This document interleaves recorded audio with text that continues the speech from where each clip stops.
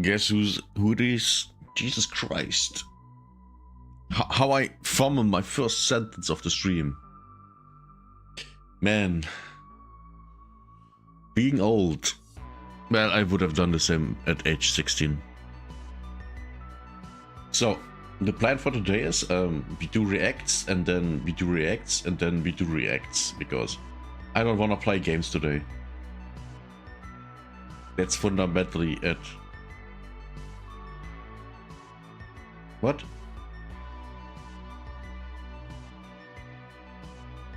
Oh, the creator of Bayonetta Moxen, a fan. Oh, nice. Good. By the way, creator of Bayonetta, a woman. It's a woman. Ooh, she's so sexualized. Ooh. Have you looked at the woman lately? They sexualize themselves all the time for no reason whatsoever. Okay, let's stop the music and let's get right into something. So, do we start with Bodycam?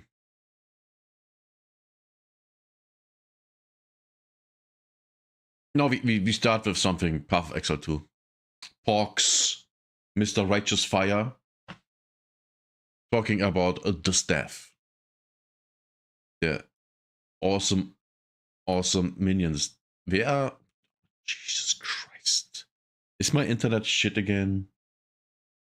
Man, I hate technology. For good reasons.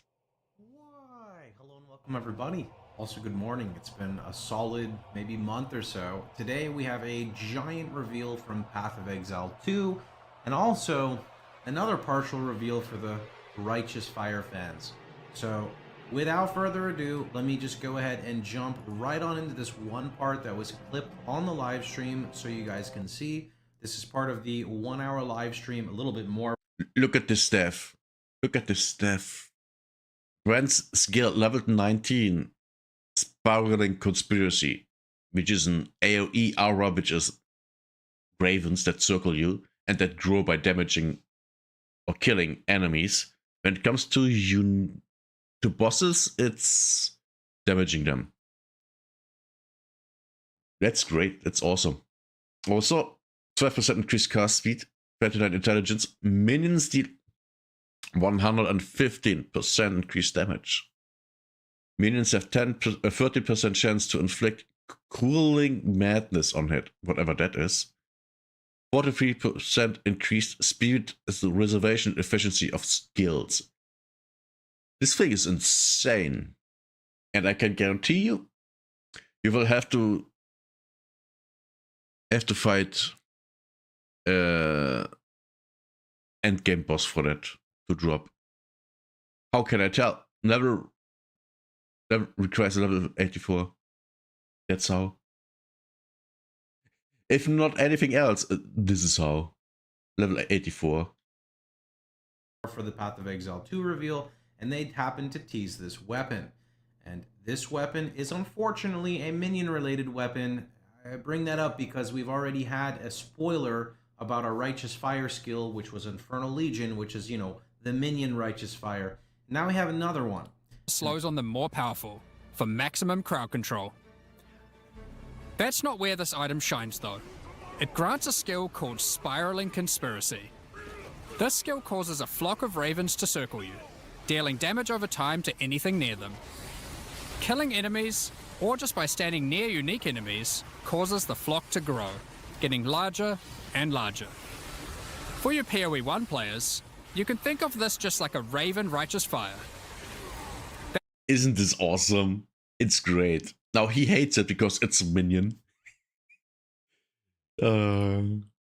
That's not all, however.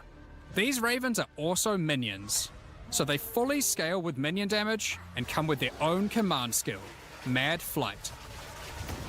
This command skill causes your flock to create a tunnel of deathly damage between a set of illusory mirrors, obliterating anything in between.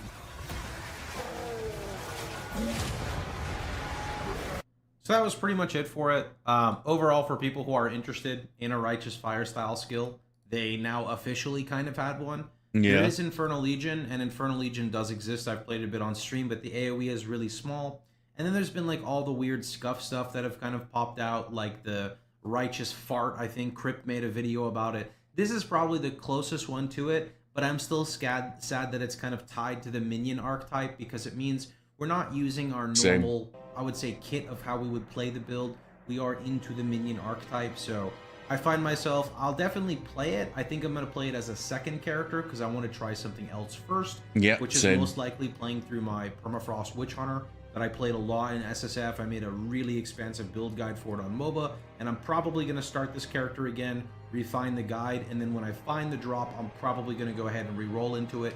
Maybe plans change, but I just don't want to start as a minion build already not really enjoying it, and then play the, like, you know, convert to the minion Righteous Fire and then not really like it. So I'd rather have... Yeah, that would be horrible. By the way, same. I don't want to start with something that I think is going to be okay when I'm actually excited about something else. For example, I want to play definitely Huntress and the new Ascendancy, 100%. My original plan was going Sorceress, Elementalist, and doing a lot of cold damage. I've started playing one just, you know, for fun, and oh my god, it's so easy. It's so easy. Freezing enemies is such a good thing, because you rarely take any damage. Rarely. And everything dies so fast too, but that's because, you know, I went into full damage. So of course things die fast. have it more of a second character. So that's kind of how I plan to approach the new league. With that being said, let's talk about the updates. This is a massive update, so we're going to go ahead and start from this page here with Path of Exile 2, Ancients, and kind of go through it. So, one of the cool things now is the Atlas is completely reworked. It visually looks a lot more pleasing. The way you traverse it is a little different, and for people who always got gated by RNG, you don't have to worry. Things are now in fixed locations at the start. So what does that mean? That means normally you would enter the Atlas and you may have to venture X amount before you find your first like big map. What are they called? The guys who would drop the fragments to go fight Arbiter. These are now in fixed locations at the start, so you can't screw that up. And also the league mechanics now are visually on there as well, and we'll talk about that as we go further. So there is this fortress mechanic, which is beyond the walls. You can see here that you have the wall here that you kind of have to go ahead and enter. I'm not going to talk too much about that. We're going to go into kind of like the other stuff here, such as the reshaped Atlas tree. Now, the reshaped Atlas tree is pretty interesting here, primarily because what this new tree offers is the ability to acquire every single node on the Atlas as you acquire your completion points. However, some of them will make it like this, so you can have, basically you have to pick one or two of them. And I think that that's really nice, because it's kind of lame to be able to unlock everything, in my opinion, but being able to have a choice is still important, right? Yes. So the fact that you can unlock everything, but there's still going to be some customization between other players, I think is a big win. I'll definitely have to play it out. There's also still customization while you are leveling the Atlas, you know, because you can't go every direction at the same time. You'll see there are 3 branches. You can't just, you know, oh yeah, I go everywhere at the same time. That doesn't work. I mean, it does work, it's just not that great. You have to, pick and choose what you want to do. Well, what you want to do first. And then you know, what first, second, third. What's important to you? How do you like to play the game? Which I think is awesome. It's awesome. And see kind of how I feel about that. Also, for players who are like, there's too many objectives here, look at all the points. There's kind of like a catch-up mechanic. If you're strong enough to go and fight into the end game, there's a catch-up mechanic where you can like kill a specific boss, I believe it is, and it'll unlock the other points for you. So don't think you have to like go back and do every single one. Don't worry about that. I know that maybe wasn't explained the best, but it'll get explained better. Over here is, I don't know if this is the new Pinnacle boss. I forgot. Again, a lot of information. There are a lot of new boss fights, though. When I remember right, it is. It is. Oh, he's dropping that? Oh, no. Oh, no. Kind of crazy, an incredible amount of boss fights. So that's also going to be pretty sick. PoE 2, I think, really does boss fights well. The only ones I don't like about PoE 2 are the ones who are kind of like the Katava-like ones, if you know what I'm talking about. Their hitboxes can be a bit weird. Speaking of the Atlas, we're not done. The Atlas now has these, I guess you could call them classes. So these 3 people will assign you quests.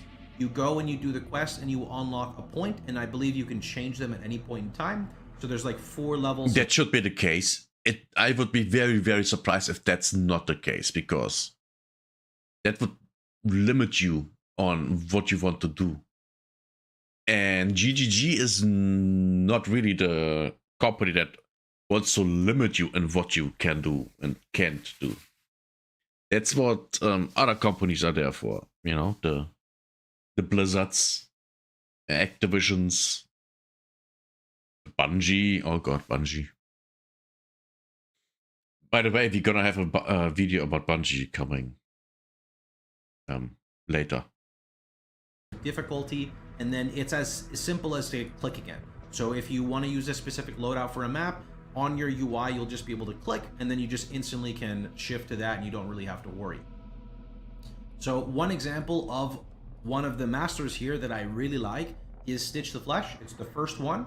Your maps have an additional revival. I think this is really important because sometimes you're doing the rippiest maps you can and you have no portal for safety. And maybe, God forbid, you sneeze. And because you sneezed, an on-death effect popped underneath you, or like a mob hit you from off screen, something that normally would have been avoidable is now not avoidable, and you die and you can't get your loot.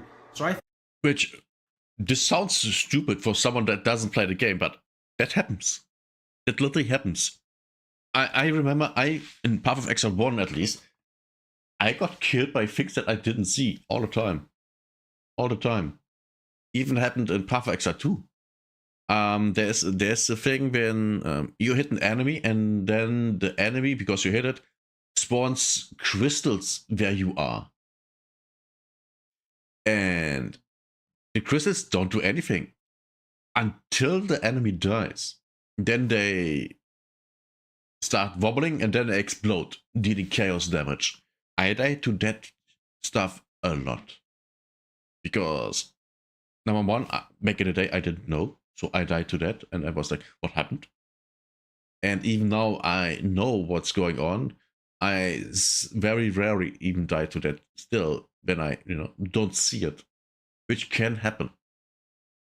But at least in Path of Exile 2, that's for the majority not the case. Also, I have now we now have the ability to just, move away. Wait, Path of Exile? No, that's in Path of Exile 2.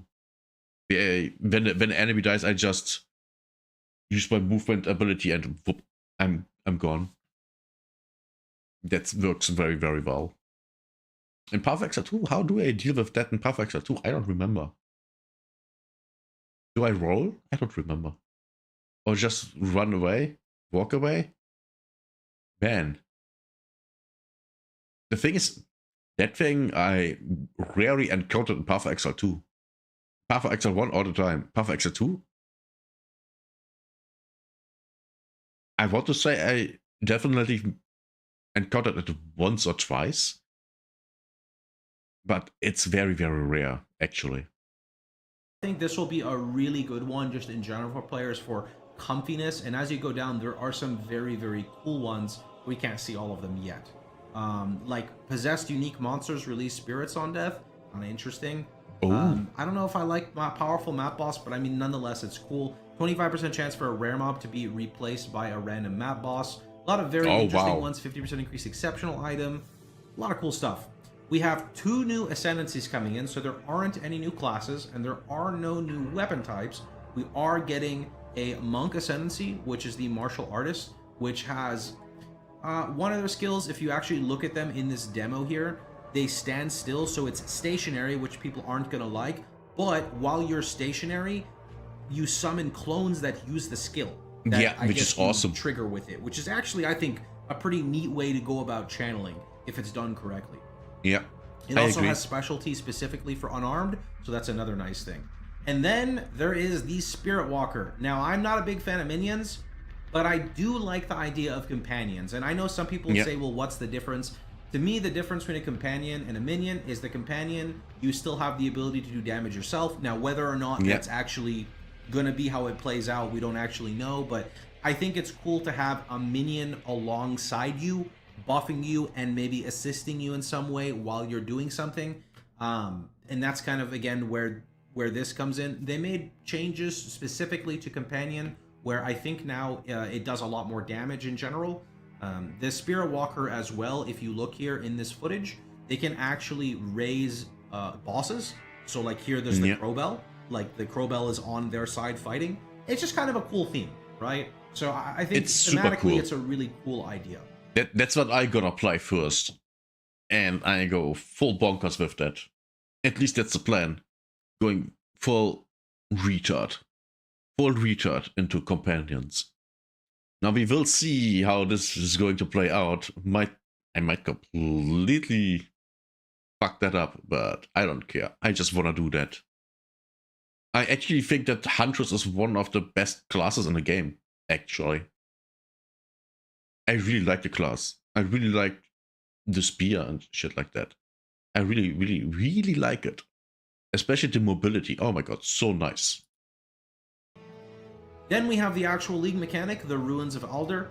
I don't know what to compare this to. Maybe like Crucible. Basically, there's going to be these like pods. You click them, it spawns a bunch of mobs. You have a choice on what you select, which is what buffs the mobs. Then you get like these little fragments that you put in, and then you can see recipes like bestiary to craft specific, like league specific items. So prime example of that would be like this, right? You can see like creating Greater Regal, Greater Chaos, and this is all saved, so you don't have to look anything up, right? That's what's really nice about it. Some really cool stuff though, I'm not gonna lie. I think this would be great for SSF. Like level 20 uncut gems, really nice. Going on a little further, we now have Versium. So if you think of PoE 1 Versium, that like shiny blue thing, you can now add this onto gear. And what this does is on low level items, I think you need Versium plus some of the other currency. It will upgrade them, massively increasing the, I don't know if it's just the base damage and other stats. You can also apply it to gear to add another defensive layer called Ward. Now, I really like this. I love this. I will use this 100%. I mean, of course. I mean, I literally have to. And oh my god. I can't wait to figure out what I can do with this. Because this looks so good. Just the fundamental concept is so good.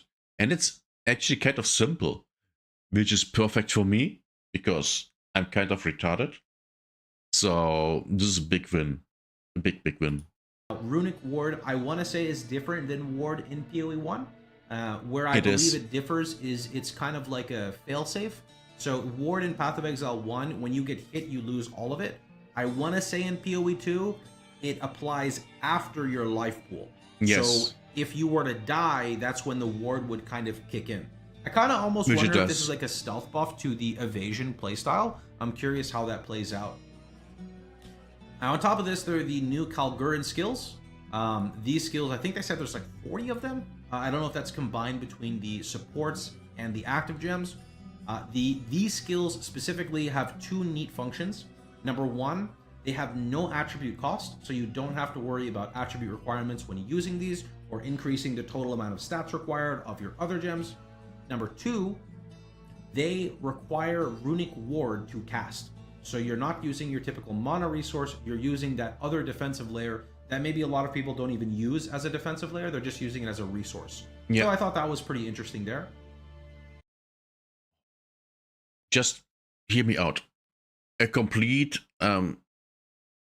build only with Kalgurin skills. Your mana is literally just your life. There. Would work. would literally work. Now it depends on, you know, how good the Kalgoon skills are and all of that, but it could work. Theoretically, it could work. Maybe I should do something like that. But I don't think I'm good enough. My knowledge in the game is not high enough that I could do that, I think. But I could try. Next up is the start of all of the reworks of our existing league mechanics. Expedition received a very hefty rework. So if we just read here in the endgame, the existing Expedition League mechanic has been updated to incorporate the new remnants unlocking advanced crafting inscriptions. Be wary as the empowerments the remnants grant make encounters significantly more challenging, though the rewards are well worth the risk.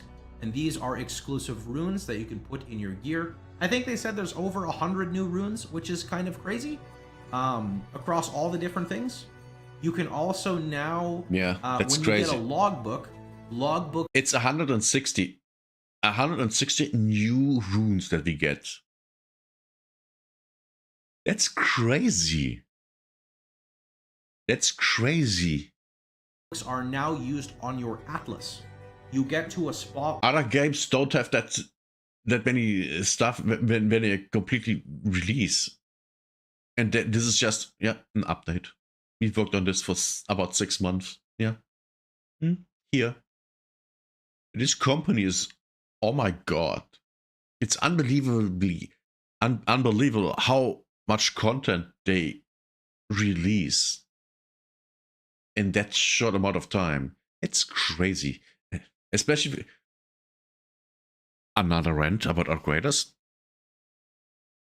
The content that upgraders releases every month, it's so little and it's so disappointing all the time that it makes no sense to me that they even do that. Which, by the way, GGG did back in the day with Path of Exile 1 in the beginning. And then, because everyone was disappointed, they changed that. I think upgraders have to do that too.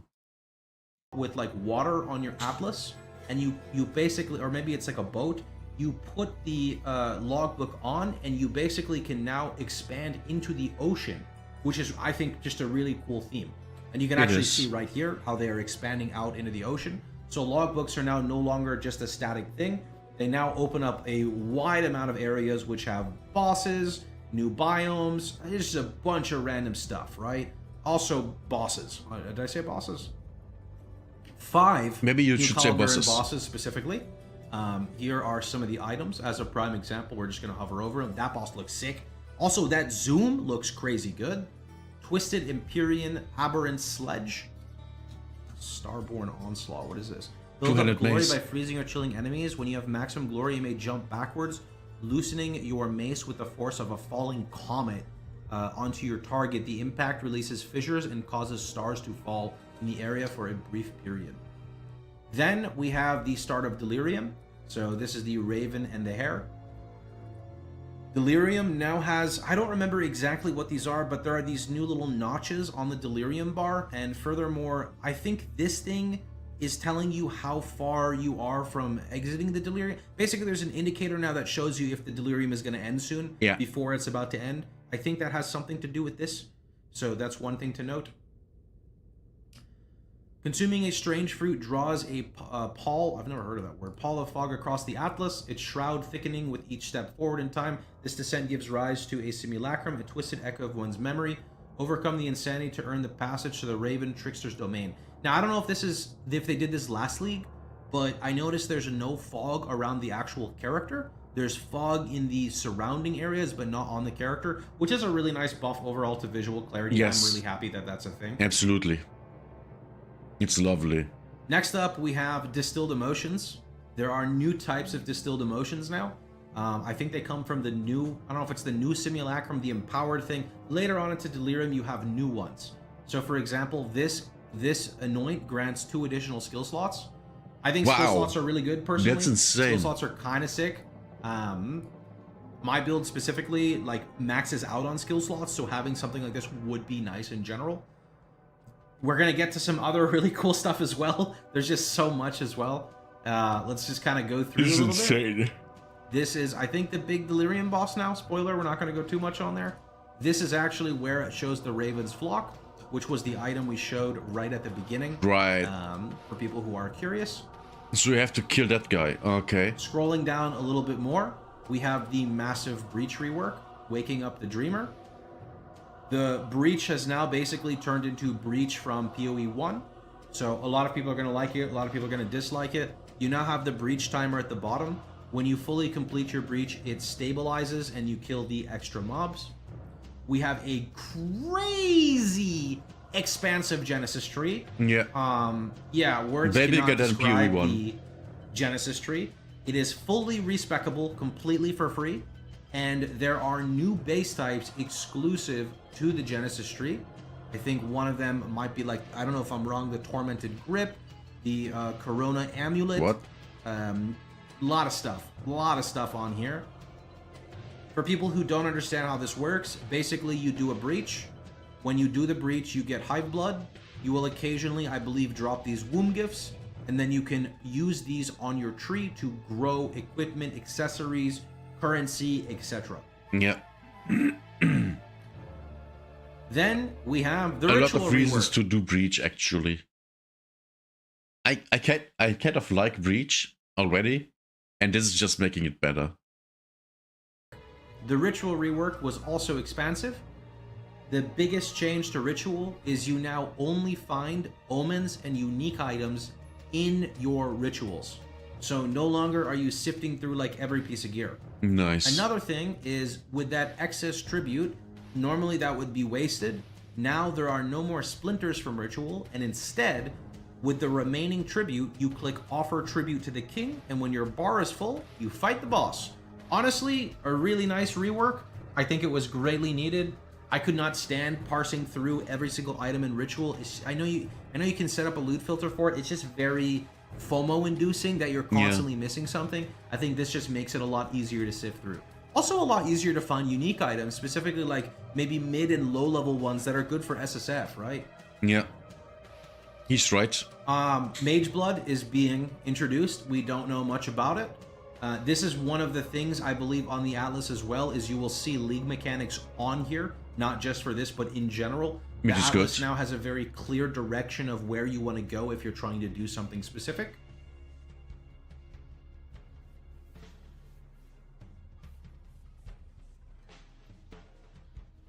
On top of this, we are also getting 30 new maps, which is always nice, as you 30 new maps. A large amount of the maps, unfortunately, Nice. in PoE 2 are still... They're getting better. They are getting better, but they're just not all enjoyable to run, I'd say. Yeah. 40 plus unique items, as we've already shown quite a few of them. And then for people who... Oh, also voices. Yeah, it goes up to 4 passives. I Yeah, think. voices is awesome. Another thing, for people who enjoy it, challenges are working their way to PoE 2. For people who don't know what these are in-game challenges you can do to receive free armor or microtransactions for your character that persists throughout all the leagues. So for people who play a lot and maybe, don't have the money to put in because they got to pay for their food, right? This is one way where you can put in your time and get a free cosmetic, which is nice, like the whole set.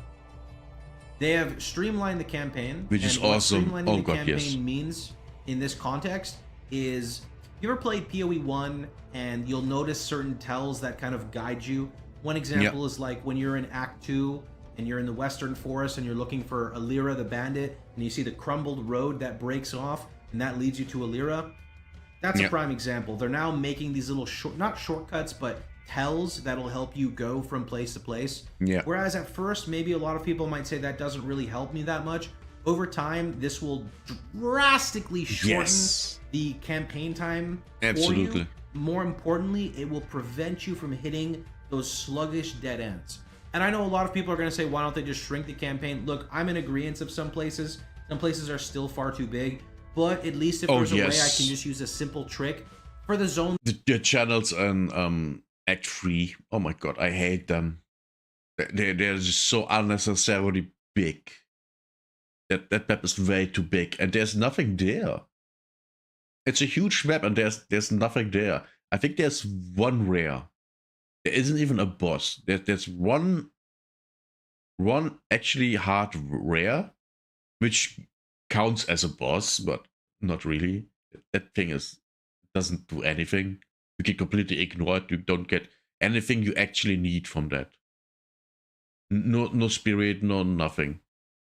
I don't like, right? You know, what is the one where Adziri, you know, maybe the one before that or that one constantly get lost, right? So, Yeah. you know, when you can find a little way that, oh, I see, you know, the person's hand is, you know, in a certain direction, I go that way, right? Just, I think things like this really kind of make the game more enjoyable. I never really thought about it at first, but thinking about how many of these little tricks I use in PoE 1 to go through stuff, it just makes it more enjoyable. You know you're not going towards a dead end. Here's another crazy one. Content creators like myself are going to have a lot more work for basically no more pay. GG is now adding an in-game build planner where you can import a file that will overlay the skill tree path you need to take and allow you to put notes on basically almost anything. So you hover over your weapon slot and it gives a little TLDR. So that's honestly really cool. I'm hoping that there's a way you can easily just import it or export it. So like you put your build in path of building and then you can just export it to a file. That would be honestly really easy, because then you don't, like, as content creators, we don't have to do a lot more work. I'll still put in, obviously, like, I like putting in the fine details, but you know, it is what it is. We have more quality of life features, such as being able to search in our atlas and have it real time actually pop up, which is really nice. We're also getting the fragment stash tab, which holds everything, all of your fragments of all of your bosses. It's also holding the stuff to ascend. What is it called? The Birya or whatever it's called, the ultimatum thing, which is awesome. It's just holding all of your tablets. So much quality of life here in this. That stuff is clogging up the inventory. We've got the supporter packs. I'm not going to go through it, but you can play it on the 29th. I'll be doing probably an 18-hour stream, maybe 24-hour stream on the 29th. So if you want to hang out, you know where to go. But that is pretty much it for me for the day. I hope you guys had a wonderful time. Hope you guys enjoyed yourselves. If you did, please feel free to like, share, and subscribe. And don't forget, you can catch me streaming live every day, but Sundays at twitch.tv. This was good. Can we not? Can we not? Can we just not YouTube? What? I hate the autoplay stuff. I hate it. And I can't deactivate it because, I don't know, YouTube. Yeah. YouTube is not that great. I have to admit, it's not that great. It's actually really not.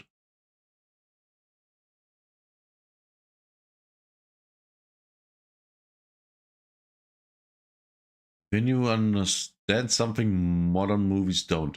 Oh yeah, it's easy to understand things.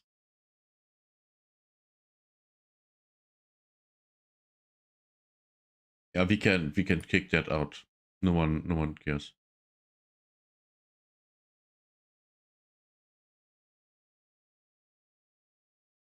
Yeah, I don't care. And by the way, I don't think anyone will be mad about 0.5. It's way too great.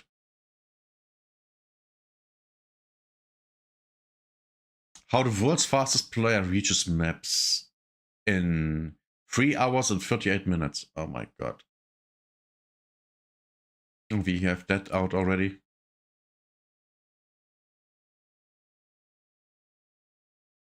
I think we have that. Yes, we have that out. Okay. So.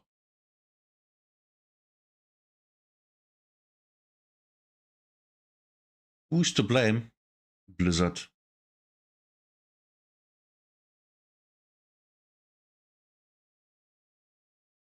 Starfield's PS5 launch is a broken mess. Oh. We're gonna watch this. This is going to be fun.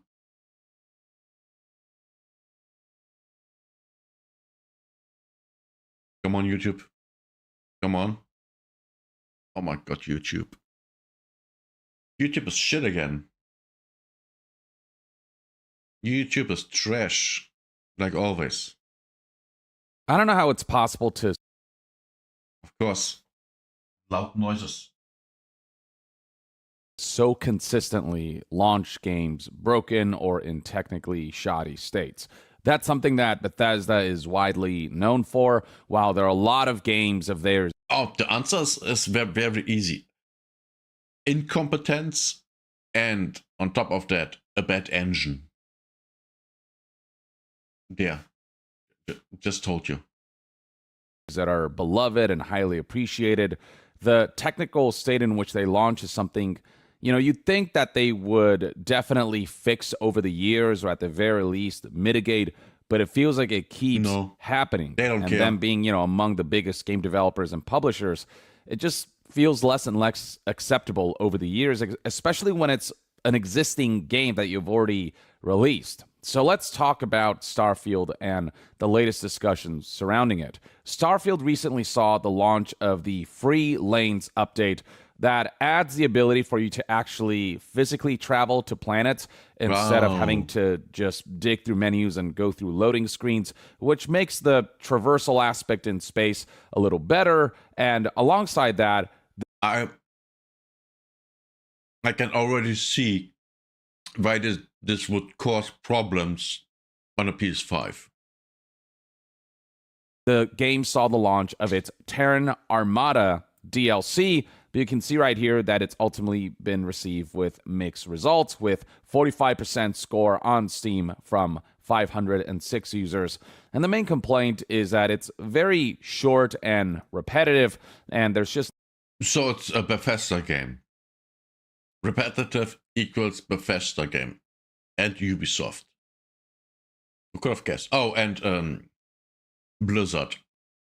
Activision, not a whole lot of substance to this story, despite some interesting ideas, and it just felt like they could have done more with it. And while we have seen an uptick in the total number of players engaging with Starfield, with the game once upon a time being in like the mid-thousands, but kind of going up to about 30,000 players at its peak after the release of this update and DLC, and now averaging, closer to 20,000.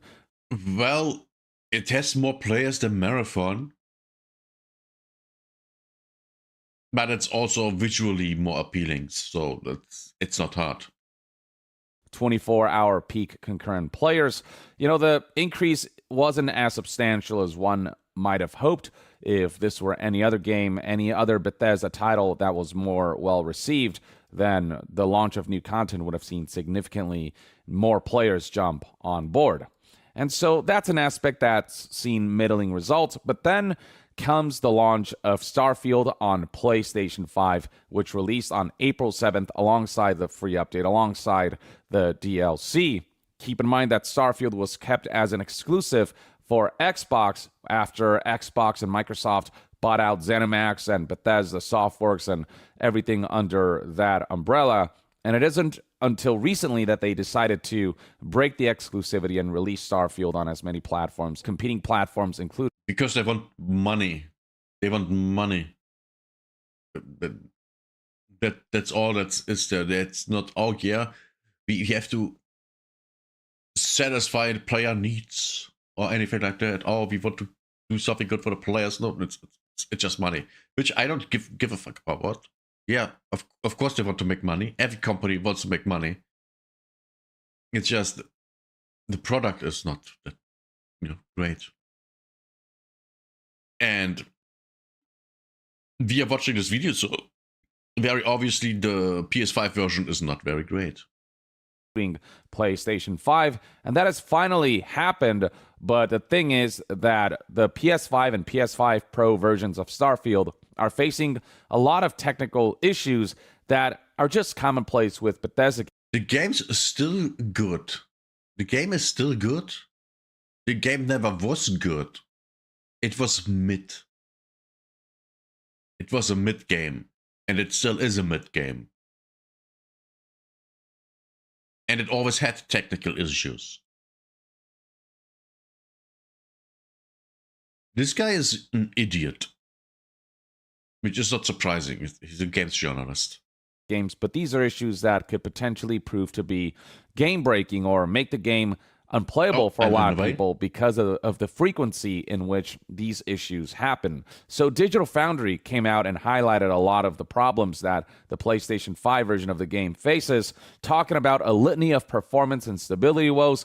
The PS5 Pro version encounters novel PSSR problems and a confusingly large number of modes and settings. And then scrolling further down, you'll find that Digital Foundry talks about how both PS5 and PS5 Pro versions of the game crashed somewhat regularly during testing, a phenomenon that Great. didn't affect the Xbox Series release on launch.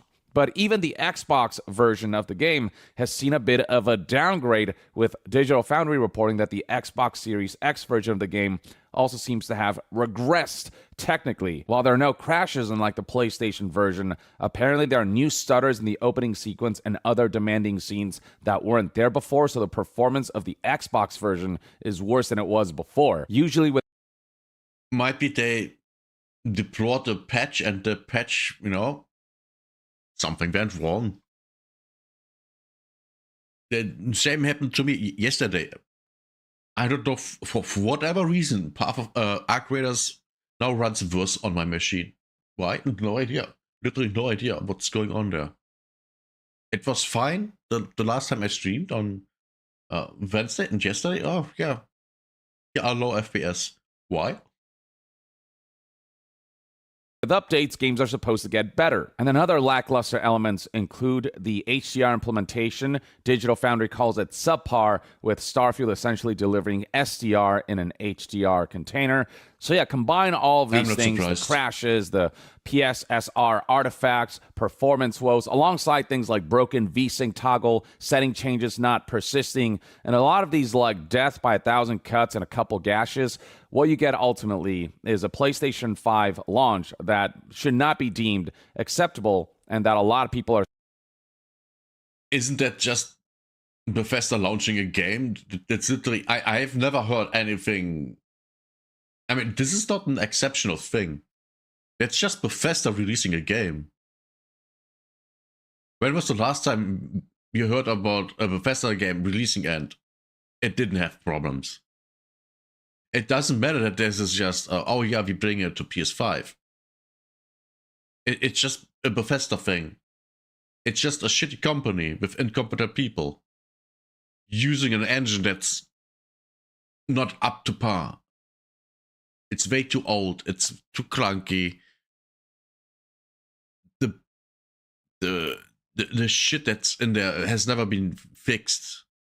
It's just a trashy engine.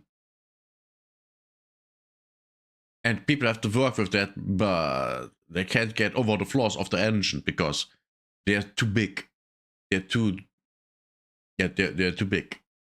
saying I can't play this until these issues are fixed. And this is something that's already been making the rounds on social media. There's already a topic on Twitter that reads Starfield PS5 launch hits, crashes, and refund requests, with this summary reading that 1 week after its April 7th PS5 debut, alongside the Free Lanes update and Terran Armada DLC, Bethesda Space RPG has drawn complaints of frequent freezes, save glitches, and crashes on both base and pro models of PlayStation 5. Influencer Destin Legery captured a tutorial crash just 6 minutes in, while others report over 20 crashes, prompting Sony to approve some refunds despite policies. When Sony and PlayStation approve a refund, then a game is truly in a dire state, because they're usually very strict about that stuff, where once you make a digital purchase, that purchase is final. Bethesda confirmed on April 14th they've identified... Which should be against the law.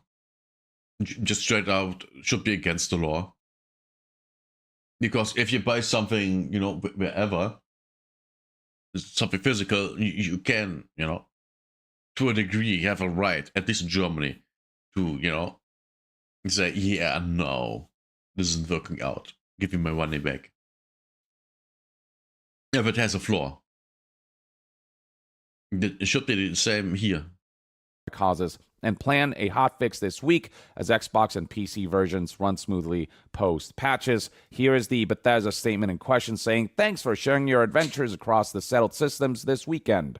We have loved reading them. We're aware of some reported PS5 crashing issues and have narrowed them down to a small number of causes. We're addressing these in a hotfix we're aiming to release this week. Thanks for flagging, and we'll keep you posted." And that's great that they're working on it, but the fact that this is the launch state of Bethesda titles so consistently, where it always takes some weeks for them to fix pretty essential stuff like, the game not crashing, and the fact that Bethesda games generally have had modders fix most of their games, all of that persisting even in 2026, it's just starting to get egregious at this point. I mean, looking at a game like Crimson Desert that has already been fixing a lot of these issues just weeks after its release with consistent updates where the rollout of updates is so quick that it's garnered a lot of positive attention. Like, that's the model people are hoping Bethesda's able to follow. But, to this day, a lot of issues that permeate the various games that they've released persist in future ports and, next generation versions of these titles. But yeah, Starfield's... If you are someone that's getting excited about Bethesda releasing a new game and you think that you won't have problems, you're stupid. You're literally just stupid. The history of this company has already shown, for over a decade now, every game they release has massive problems. Every game.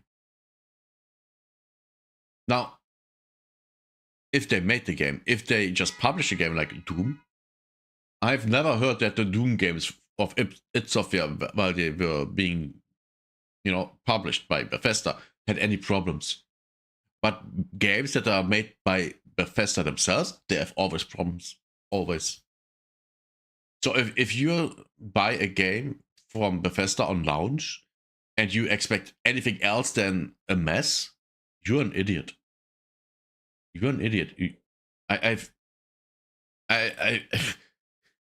don't feel bad for you at all because you knew that would happen. And if you didn't, you're an idiot. How am I? Well, ranting. Ranting like always. PlayStation 5 technical woes and issues aren't an isolated incident. You can just about see everyone experiencing similar things. So Destin right here posted this clip highlighting how during the tutorial section of the game did in fact crash. The game crashed on me 6 minutes into the tutorial, and you can see right here the game is frozen right now. And it just straight up something that he had to exit out of and restart. And then on Reddit, you'll find plenty of folks talking about how on base PS5, there are crashes everywhere and how the crashes are getting out of hand, making it playable. And in the comments section of this post, plenty of others are highlighting similar things. Here we have a PS5 Pro user sharing their settings and talking about how they've experienced consistent crashing, mostly when scanning and exploring. I haven't even left Crete yet. When I say crashing, it's more a freeze. It's not crashing to home screen. The game freezes and forces you to quit the game, which is exactly what we saw with Destin's video and post. Somebody else responded saying, "Mine crashes straight to dashboard. I've turned off all I've read to turn off. I've started a new save.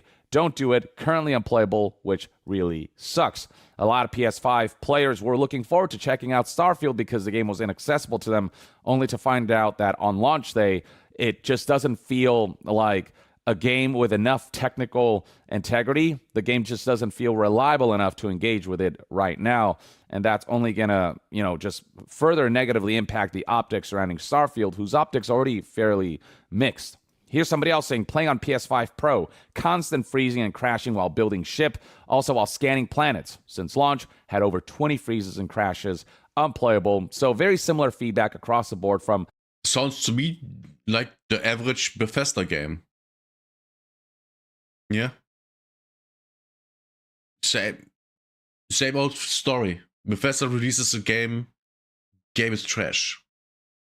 Oh, wow. Yeah, of course. multiple users. Somebody else saying that saving is completely broken too. It'll just randomly come up and say, unable to create save game during situations where you absolutely should be able to save. People are getting fed up enough that they're coming out here and saying basically like, I'm gonna just go for a refund and move on. Classic Bethesda, people are saying, because again, this has become such a commonplace thing for this company. And others also reporting, is anyone getting failed to create save game error? This isn't just an isolated incident to one user. Multiple users, tons of people are experiencing similar issues and are all basically saying the same things. Somebody else here saying that surveying planets not only causes slowdowns and stuttering and performance issues, but can lead to freezing completely and basically a game crash that forces you to quit and restart. Here we have somebody else experiencing one of the most egregious versions of this issue, stating that they can't even land on any planets or try to do anything other than sit on their ship because otherwise the game will just crash. So, oh my god. How is this a thing that you literally can't do anything in the game without it crashing? Oh my god. And the thing is, I mean, the PS5, that's just, everyone has the same hardware, literally. So, man. So it can't be that the hardware is a problem. It's literally the software that's a problem. 100% the software. So it's 100% on Bethesda. The hell are they doing? Basically making it impossible to progress through it at a pace that makes it a fun experience without it being a disruptive aspect of the experience. Some people are saying that, you know, turning off autosave worked and fixed the crashes, which is something that you shouldn't even have to do to fix it. But folks who have tried this are saying that even though they've turned this off, the game continues to crash. So it's not a universal solution, not even a little bit. Here's one more saying, yeah, I've shelved this game. I've called their tech support line and left a message and submitted a ticket. I've done every single troubleshooting step, and it's the only game I own that hard freezes like this constantly and so consistently. I feel seriously ripped off. I want to play it because I like what I actually did get to play, but this is actually... What do you...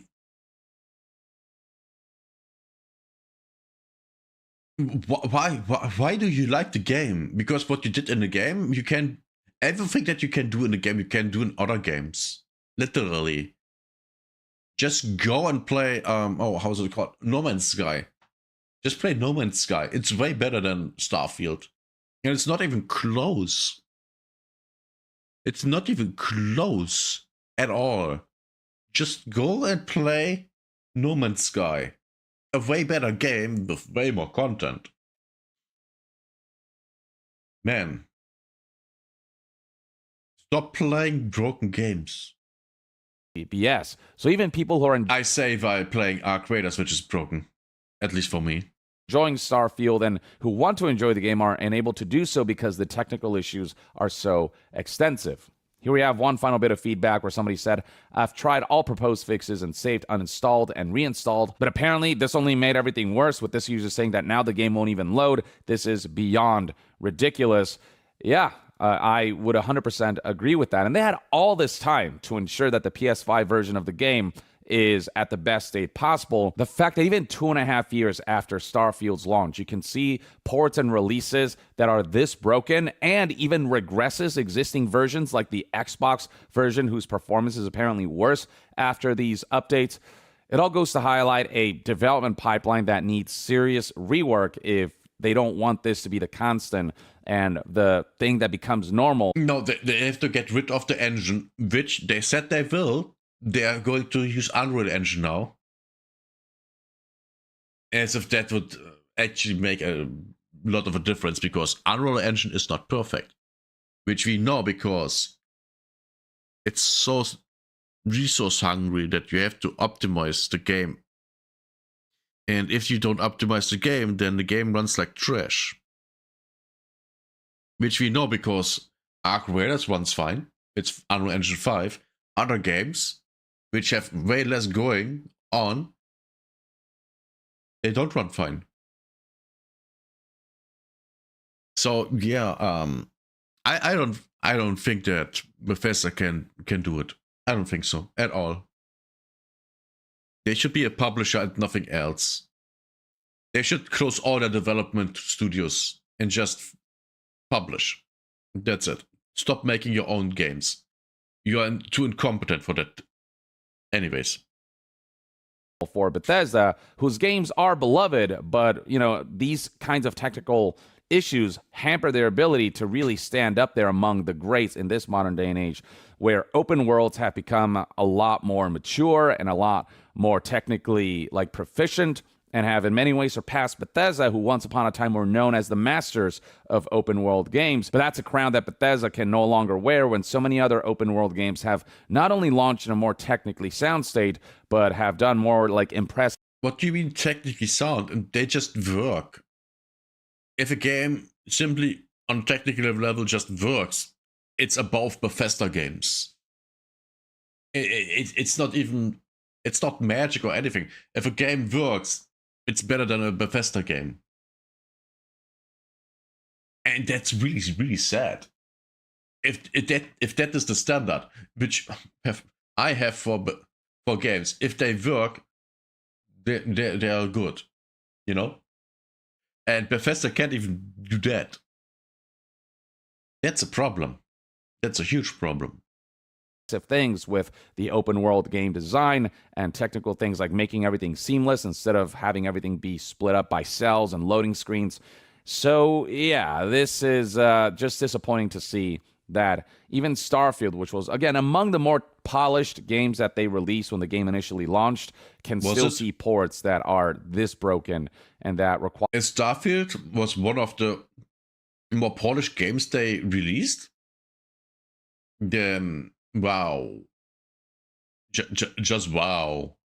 I mean, I remember the mess that Fallout 76 was. Damn, that game sucked dick. And I guess it still does.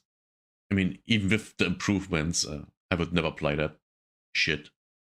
Because, it's Bethesda. Bethesda games aren't worth playing, actually. I truly believe that. They aren't worth playing because of all the problems they have. And gameplay-wise, they are so meh that you play other games that do the same things, but they're just better. And they run better and have less problems, So, why Bethesda? Why? Oh, because they're such a great company? No, that they aren't. Oh, they created all these great games. Yeah, and they were all broken when they came out. And they were fixed by modders. Bethesda, I think the times when Bethesda were a great development studios that created great games, they are long gone. Those times are long over. 15, almost 20 years about that, yeah. I would say. It's over for Bethesda. Days and weeks before people are able to engage with the game in a way where it isn't so disruptive and so technically shoddy that it makes it not a fun experience, even those who would have fun with a version of Starfield that is technically sound. So yeah, this just sucks, and hopefully in the end, in the long term, everything gets rectified. But in the meantime, I'd love to hear what your thoughts and opinions are on the state of Starfield, especially the PlayStation 5 version, and what your experience has been like if you've played Starfield on PS5, and what your take is on the new update and the new DLC. Share your thoughts in the comments below, and to be further updated on all things gaming news, reviews, and discussions, stay tuned right here on Young Yeah. I'll see you guys next time. Young out. No, you don't do that. You don't do that. Can you stop YouTube? Alex Kurtzman is about to be erased. Not fired, not retired, not replaced. Can you stop? I hate YouTube so much. I don't know how it's so much. Okay. Let's see the comments a little bit. PlayStation still getting the true Bethesda experience. Oh yes. 100%. 16 times the detail, 16 times the bugs, 16 times the crashes. Yeah. The thing is, he's absolutely right about that. Absolutely. Bethesda, but it's a feature. it being broken is part of its charm. Yeah. Yeah. Oh, these are so good. Bethesda forgot they can't expect the modders to fix this. Yeah. I have the strangest feeling of deja vu. Yeah. I wonder why. I didn't even realize Starfield had even launched on PS5. No one did. With the exception of the poor souls that bought it. It doesn't matter if Bethesda is independent or under Microsoft. Bethesda's Bethesda. Yes. I mean, let's be fair. Microsoft is not a good company. They're trash. I genuinely believe that Bethesda does not have a QA department at all. Oh yeah, absolutely. Absolutely. Why else would there be so much shit if they had one? Hey you're finally awake. You were trying to cross the border, right? What? Walked right into that Imperial ambush. Same as us. And that thief over there. What? What is it? What is this comment? Bethesda works like everyone is taking an 8-hour coffee break every day. Yeah. They have to fire everyone. They literally have to fire everyone.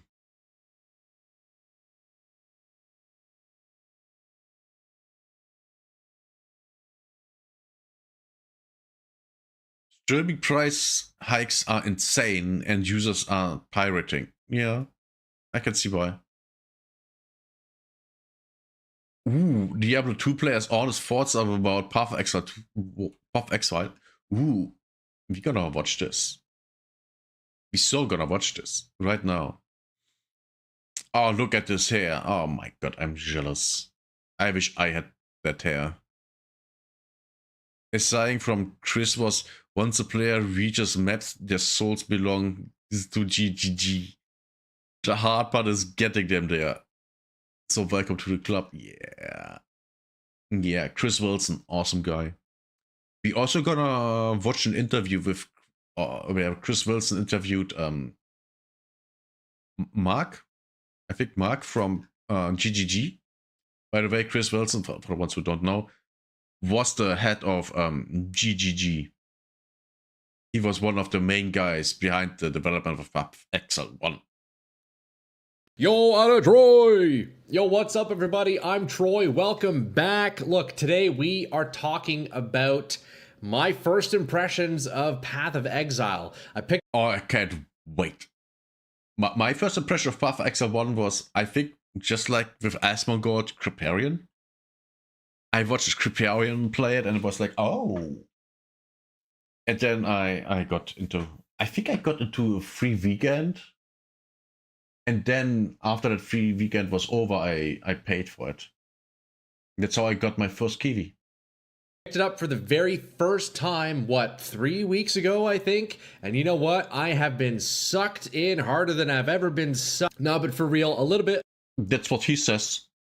Of history of me. Now, I've been playing Diablo 2 ever since I was a young boy, pretty consistently, honestly. I took some breaks here and there, but I've been blasting Diablo 2 my entire life. Now, back in November 2025, I picked up Path of Exile 2 for the first time and really enjoyed that game. I've since sunken in 500 hours into it, and it was a bit of a natural progression to Path of Exile 1. In this video, Oh yeah, I just wanted to say that's true. Look, I'll be going over what I like about Path of Exile 1, what I maybe disliked, general thoughts, perspectives between, PoE 1 versus PoE 2 versus Diablo. This video isn't meant to be taken as any kind of a critical review. I'm not reviewing Path of Exile 1, but it's just going to be a bit of a brain dump of some of my thoughts and experiences playing Path of Exile 1 for the first time in 2026. Let's jump in. What did I like about Path of Exile 1? Well, I think the biggest thing that has sold me into Path of Exile is simply the build variety and the build potential. And I'm sure I can see almost all of you would agree. The amount of... I mean, every car, every class can use every weapon, every skill, every armor, every piece of equipment. I mean, that alone opens the doors to so much variety that other games can simply not compete. At least not on that level. Stuff you can do for your character and customizing your build, the amount of tools that you have, the amount of skills, the amount of items, the synergies, combos, element converting, like everything, straight up name it, you can do it. You can basically come up with an archetype that you want for your build and pretty much guarantee make it work. And coming from Diablo 2, where I'm particularly drawn to off-meta builds, I guess you would say. I would always find ways to make shitty, weak builds that can barely clear players 3, but I would have fun with it because you would be doing some wacky, on-hit effects or some synergies that you wouldn't usually see. That was my thing in Diablo 2. I really enjoyed doing it in that game. So coming over to Path of Exile, where that's part of the game to create builds like that. It's baked into Path of Exile to have these, on-hit effects happen when you're doing A, and then B happens, and you can take this element and do this and that. You can really build these cool, truly one-of-a-kind builds if you're creative enough, and still find success with it. I think that's the biggest selling factor for me for Path of Exile 1 and 2 is you can simply make whatever build you want. Yeah. And with enough work, you can push it to end game content. You can push it as far as possible as long as you find those right puzzle pieces and fit it all together in the right way. So for any of my D2 lads out there who are still only on Diablo 2, blasting crazy, wacky off-meta builds, realize that despite feeling like there's a lot of variations you can make, trust me, there aren't. Compared to Path of Exile, it's nothing. And I bet you would enjoy playing Path of Exile. If you're a D2 guy like I was up until very recently, I would highly implore you to give it a shot. Maybe start with the second game because, the learning curve in the first one is definitely larger. But oh yeah, because that thing has over a decade of content put into it. Of course it's harder to learn. Also, they don't have the same onboarding like in PoE 2. And the developer said that, PoE 2 is the more accessible for new players. Because they, even fundamentally, it works the same way, it's still different. Here you have not really bound, but kind of bound, Oh yeah, you're playing a warrior. Here's an axe or a mace. No axes aren't in the game, so it's a mace. You're giving that, and then you can deviate from that, but you don't need to at all. At all. Now the skills and PoE 2 are bound to weapon types.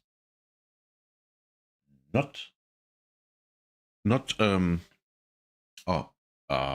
classes, weapon types, which is more restrictive than PoE 1, which I don't like, but it's it works. It's easier to understand. So yeah, that's where a huge difference is between 1 and 2. The onboarding, and it's a little bit more streamlined than 1. That is easily the best part of Path of Exile. Now, another genuinely impressive thing about Path of Exile 1 is the sheer amount of content in this game. It's actually crazy. This is a free-to-play game in 2026. I know it came out, 2013? Free-to-play in 2026. First of all, usually you'll see a lot of pay-to-win nonsense, but there's no pay-to-win in this game. There's only cosmetic purchases you can make if you want to support the dev team. But stash tabs. He forgot the stash tabs. They aren't pay-to-win, but very convenient. Very convenient. That's why I got all the stash tabs. Very, very convenient. The sheer amount of content in a free-to-play game in 2026 blows my mind.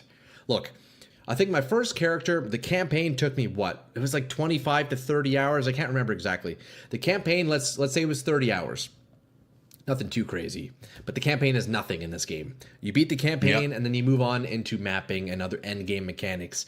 Now, it took me 140 hours to defeat all of the Voidstone Pinnacles, which, if you don't know, in Path of Exile 1, Voidstone Pinnacles, they're essentially like the final bosses that you fight before you unlock the real difficult endgame boss fights. So, No defenses? jokingly, the community considers the Voidstone Pinnacles like the tutorial of the game, and honestly, that's kind of fitting. Now, 140 hours to reach the end of the tutorial, that's pretty good alone. You know how many games I have on my Steam that I have less than like 2 hours?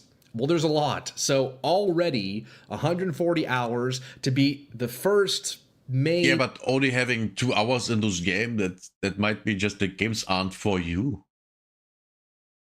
I mean, I've spent over 100 hours, I would guess, in Half-Life 2.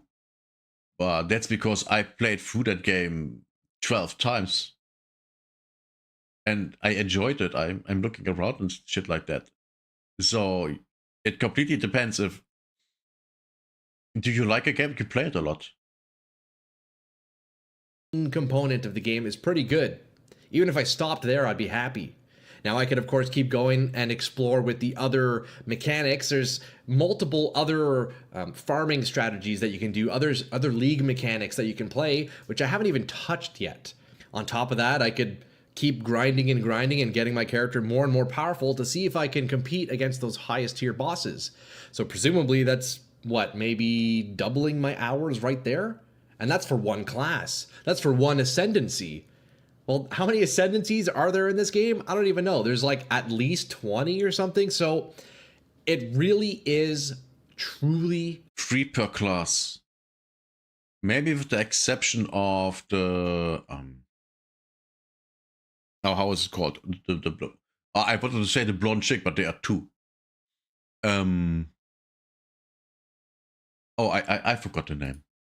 refreshing to see Sion. just how much playtime you can get from a free-to-play game. And if you're on a budget, you're looking for hundreds of hours of entertainment, you honestly can't go wrong. Now, something else that I think is really fantastic about Path of Exile is the dev team itself. Out of what I know, they have pleasantly surprised me. What really shocks me is the fact that cosmetics from Path of Exile 1, if you spend money on a skin in Path of Exile 1, it also transfers to Path of Exile 2 and vice versa, including stash tabs and whatnot, all the quality of life stash stuff. That converts from game to game. Now, is there any other instance of that in the gaming industry?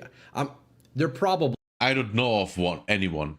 Is, but not that I know of. The fact that you get cosmetics in 2 different games is just the coolest thing. It shows Grinding Gear Games has little greed, if not none, which I feel like is very uncommon in the gaming industry these days. So Grinding Gear Games, good for you. Keep up the great work. Now, something... The thing here is that the same team, fundamentally, the same team works on both games. They're switching in between leagues for each game. So you literally, the thing is, you literally, with the cosmetics and all this, you're paying the company, not the development team of the specific game. So I think that's one main reason why they can do that. Unlike Blizzard, where you could not do that, Oh, you buy a cosmetic, a pet, and you have it in all the games because they're different teams and completely different engine. Well, are they completely different engines? I don't even know. To be fair, I don't know. But they couldn't do that because different teams, they don't work together. That I really liked was just how similar Path of Exile 1 felt to Path of Exile 2. It made the learning curve not feel as steep. Now, a lot of the actual mechanics that I learned in the second game are also directly in the first game. So that helped me approach the game a little easier. Of course, there's still way more content in the first game than the second one and way more to learn, but it helped So if you're trying to play Path of Exile 1, I would highly suggest trying out the second game first. It's some of my chatters call it like the PoE 2 is the tutorial for the first game. And you know what? I would kind of agree with that. So I liked how the experience felt similar, but at the same time, very different. I immediately felt in Path of Exile 1 more of a classic style. It felt...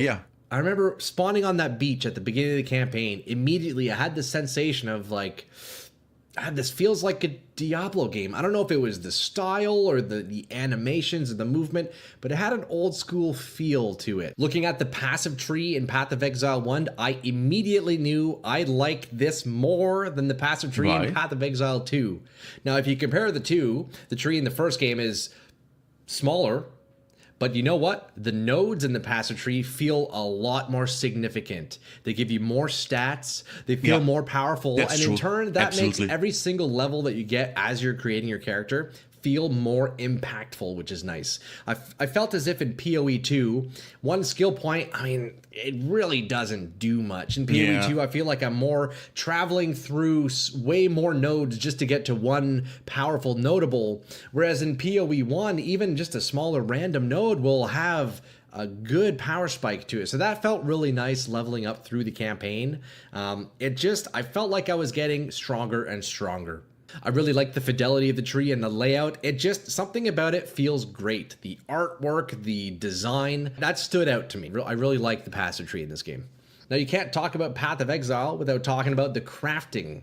Now, the item crafting in PoE 1 and PoE 2 is very complex, and it's quite the beast to learn. The only downside with crafting, I would say, is the tremendously steep learning curve. If you want to make absolute bis, well, you're going to have to watch a bunch of... This looks painful, doesn't it? There's so much stuff that it's completely overwhelming. I mean, if you just go back to the first thing. This one. Just look at this. The only downside with crafting, I would say... That page alone is overwhelming. Especially for a new player. And look at all these... Man, at a certain point, you have to say, yeah, that's too much. Is the tremendously steep learning curve. If you want to make absolute bis, well, you're going to have to watch a bunch of YouTube videos, and I haven't done that yet, I'll be honest. I'll admit I've ignored the beast crafts. I've heard how powerful they are, but it's just another thing to learn. So that's one downside of it. And I feel like kind of Path of Exile in general. The learning curve is steep, but you know what? If you can put the time into it, you'll be rewarded with the knowledge and being able to create really, really sick gear. Now, Path of Exile has a mobility problem, and my goodness, it is a good problem to have. The mobility in this game is like crack.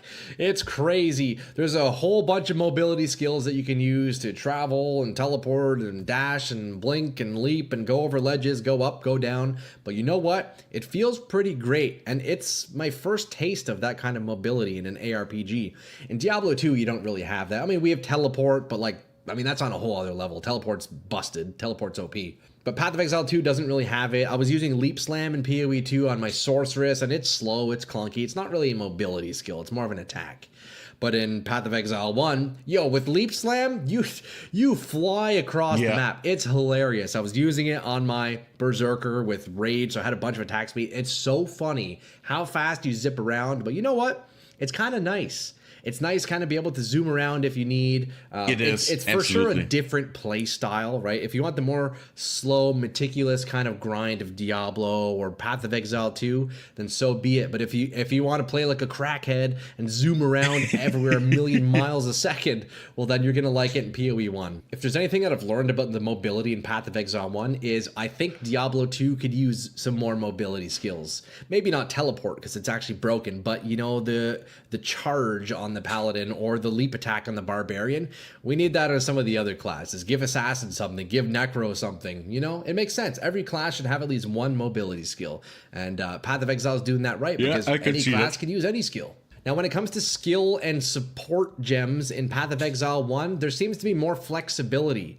If you take a skill gem, typically it'll have a lot more weapon types available to be used on it. Whereas in Path of Exile 2, skill gems are locked to specific weapon types, right? Like if you look at the skill tree in Path of Exile 2, you see swords, you see flails, you see maces, you have spears, and then you see all the skill gems that work with that one weapon type. But in PoE 1, right, one skill gem can work on more weapons. So I like that flexibility, but at the same time, I still think I actually prefer the skill gem system in Path of Exile 2. I like being able to add 5 supports on every single skill I'm using, the power and the customization and the flexibility you get from it. I think I prefer that system in PoE 2, but I do like the fact that in PoE 1, I can pretty much take any skill and use almost any weapon. Of course, there's something... I actually agree with that.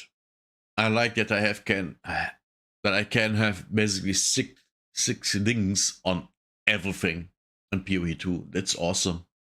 Now I never reached that point, but it's, you know, theoretically possible.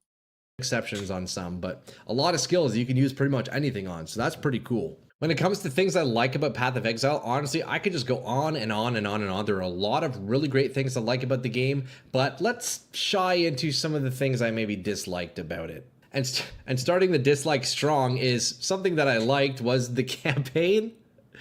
Okay, let me clarify. I enjoyed playing through the campaign, but I'll be honest, by the time I hit Act 9, around there, Act 8, Act 9, I started getting a bit antsy, and you know what? I just wanted to get into the end game. I wanted to get into the mapping. So and then when I what reached happened? Act 9 on my first character, I started just blasting through it, not really caring, just skipping content, skipping mobs, because up until that point, I was pretty much clearing everything. 10 acts maybe feels like a bit much, but I mean, they're not too long, and of course, as you learn the campaign, you can really speed through it. So my fastest time with the campaign was, I think, 6 hours.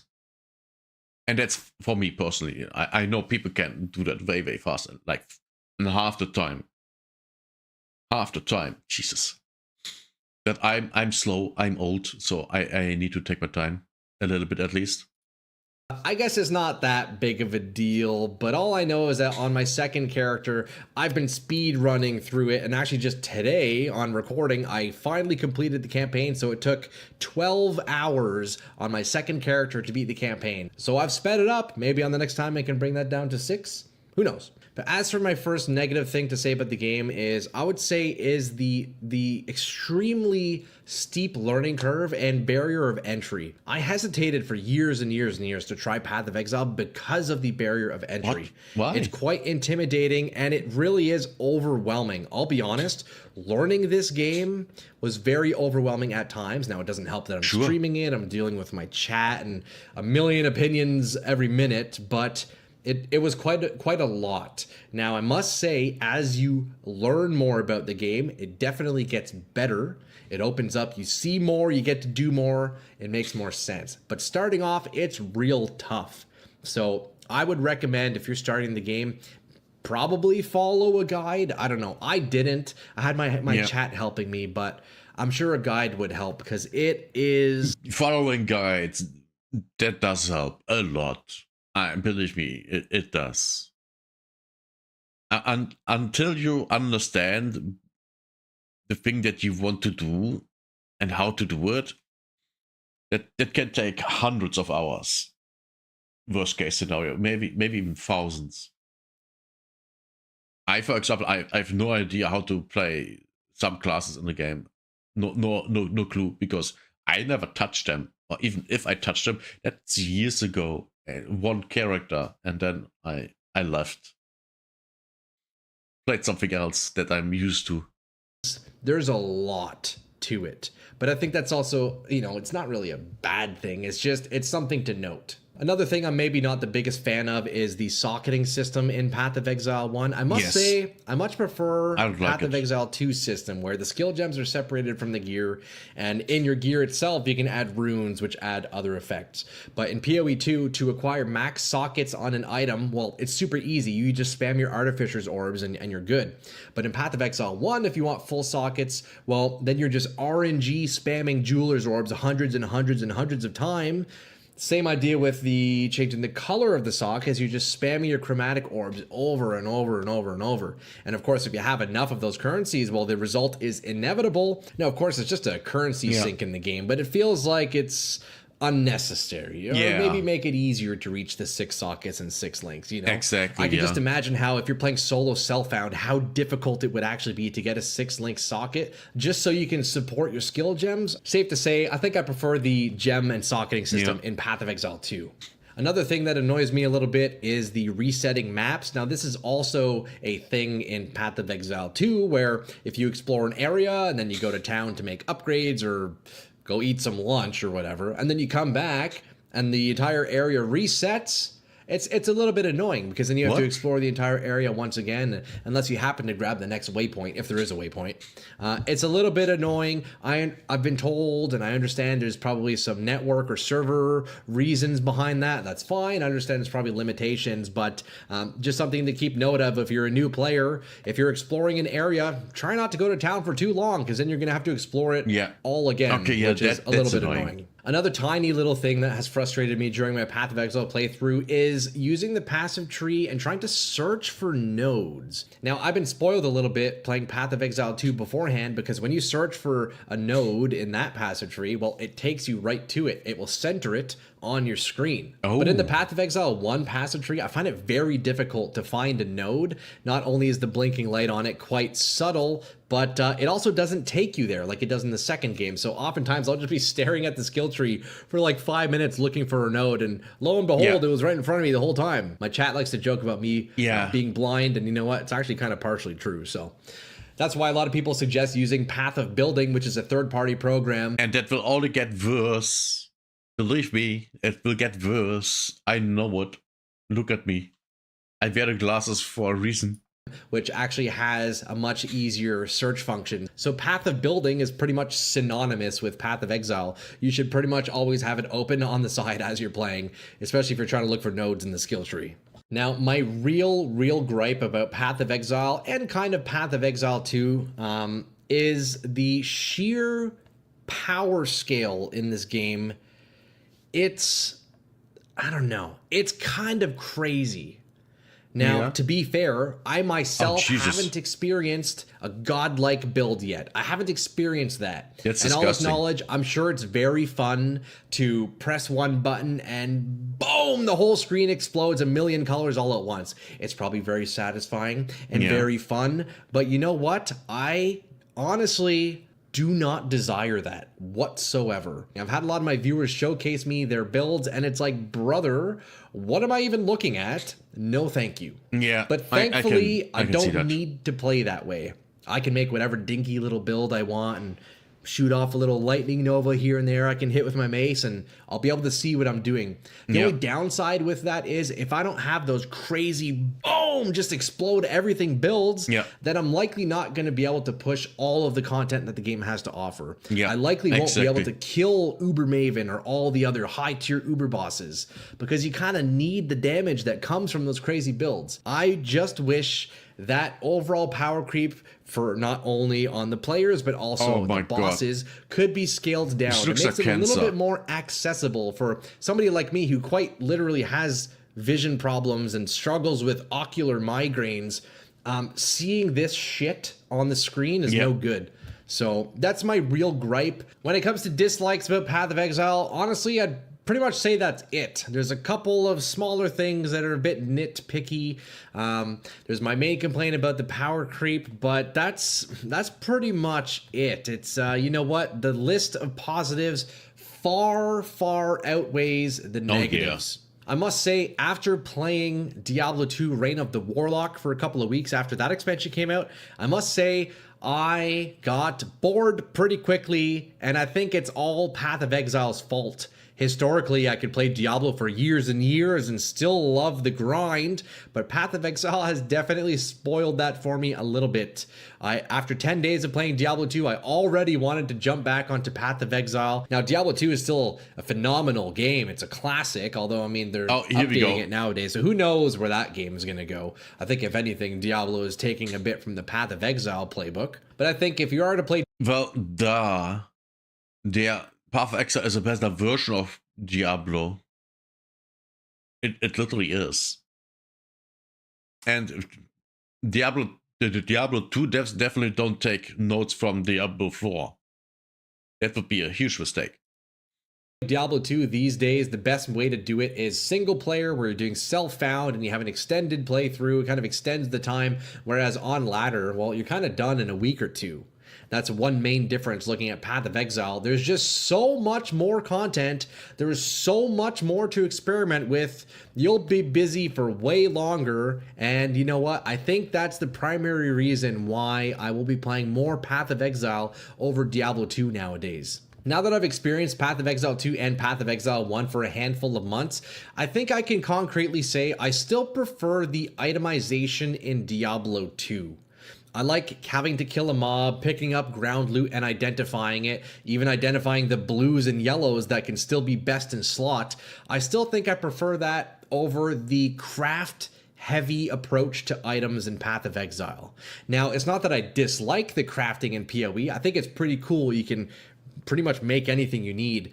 But I much prefer that grind of finding an item, identifying a bunch of items. I too really don't like that in Path of Exile 2. You almost can't find anything good that just drops. You always have to craft.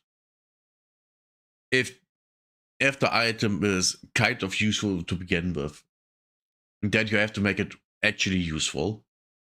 And yeah, it's just, I wish just things drop, they are good, I can use them. I really wish that would be the case.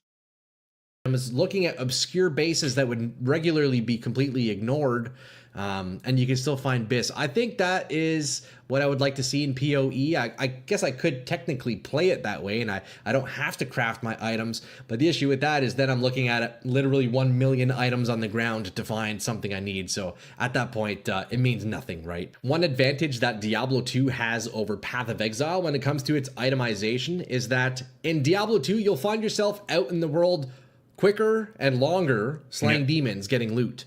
Whereas in Path of Exile, well, you better get used to staying in town or your hideout for hours at a time, because the sheer amount of time that is required to craft a good piece of gear, or even just shopping in the marketplace, or really doing anything to progress your character, you know, you're spending a lot of time in the hideout. Of course, that is the price that comes with having such large amounts of customizability in this game, but just something to take note of if you're a fan of just getting into the action, slaying demons, finding loot.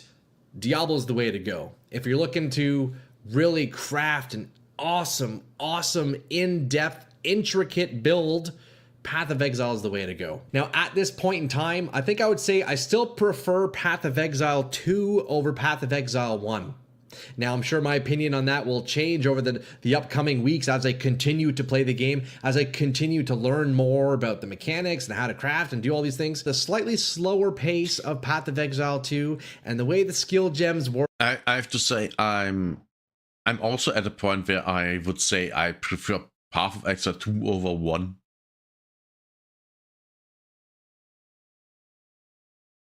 And that's mostly to the how the 6 linking works,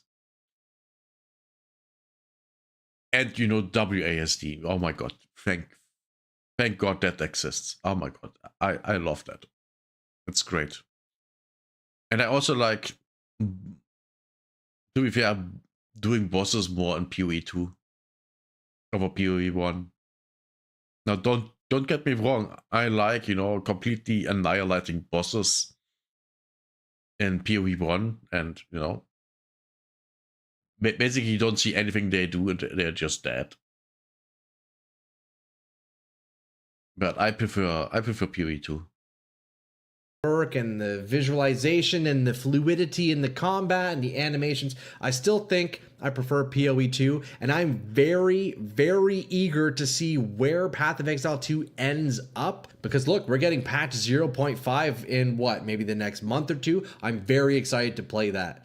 And when it comes to Diablo 2, well, look, we're going to put Diablo 2 on the side burner for a little bit here. If Reign of the Warlock continues to get more expansions, well, I'll go check it out. Maybe I'll play the odd ladder here and there. Maybe I'll go back in my single player Holy Grail. But realistically, as long as Path of Exile is around, I don't see myself playing that much more Diablo. The thing is, you can play PoE 1 and 2 as a single player game.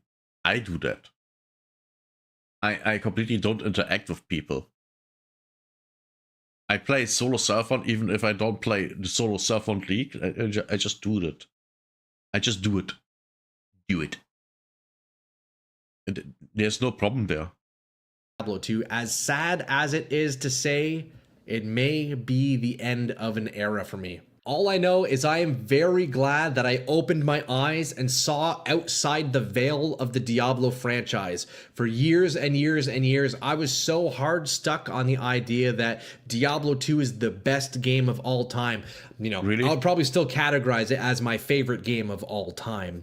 But I was so close-minded about ARPGs, or maybe I was just scared to try other games. But regardless, I'm glad that I did. I love Path of Exile. I will easily get thousands and thousands of hours of playtime between both games. And you know what? The crazy part is that it costs $0. I still can't get over that, boys. Like, and that is going to be it for today. Thank you so much for watching, video. guys. Let me know in the comments if you think my takes are suitable or if I'm maybe making a Same. mistake shying away from Diablo 2. Regardless, I'll be playing more Path of Exile, and you can catch that on my daily weekday live streams at 10 a.m. Eastern on both Twitch and YouTube. And if you guys want to drop a subscribe over in YouTube, that would be huge. We are approaching 1,500 subscribers. Man, Good what for a you. journey so far. I look very much forward to playing more Path of Exile. We will see you guys on the next one. Atta Troy!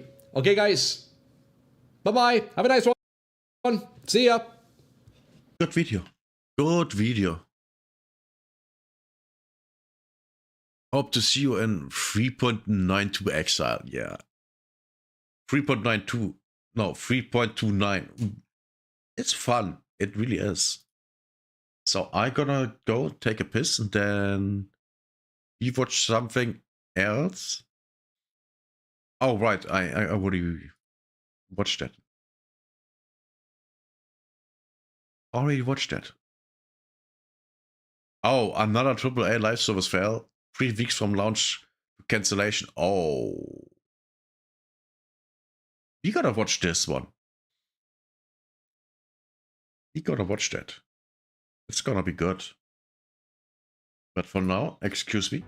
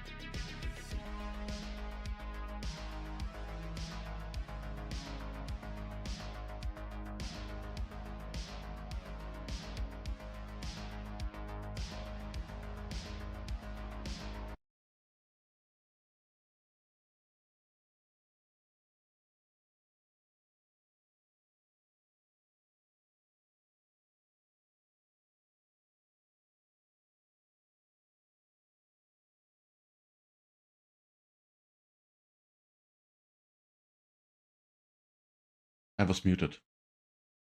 So, another AAA live servers fail. 3 weeks from launch to cancellation.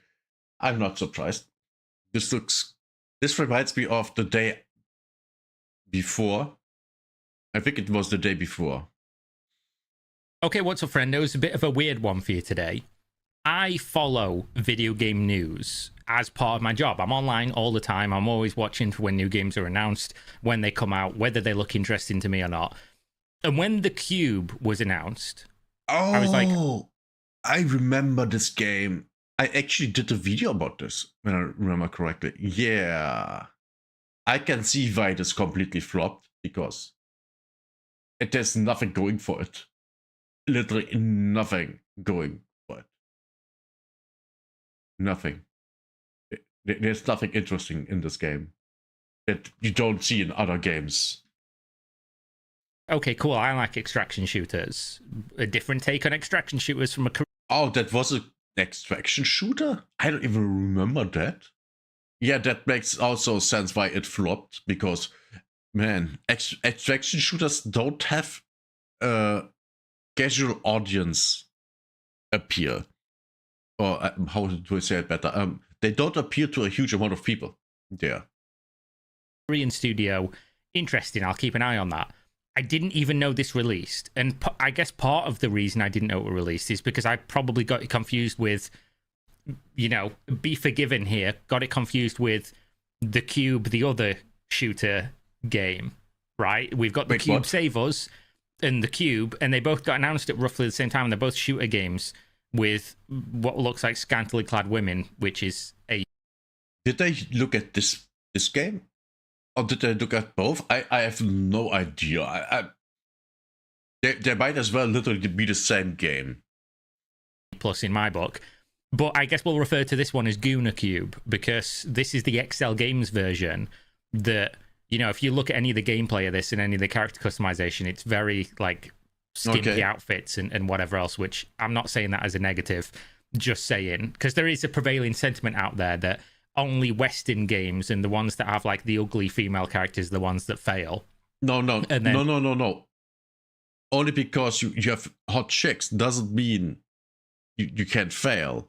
If the game is just bad, then the game is just bad. We do have a reminder here that that's not true, and bad games fail and good games don't fail, regardless of how much I want to fuck the characters. I don't know why we're getting on a tangent here, but basically the news here is yet another live service flop, and I'm going to go out on a limb here and say that XL Games is quickly becoming one of the worst acquired studios probably ever. Maybe next to Bungie, because obviously Sony bought Bungie for billions of dollars, and Yeah. Bungie, since being acquired, have continued making Destiny played by less and less people and earn less and less money. And then they also brought out Marathon and lost $200 million on that. I made a video about that. They at least lost 200 million with Marathon.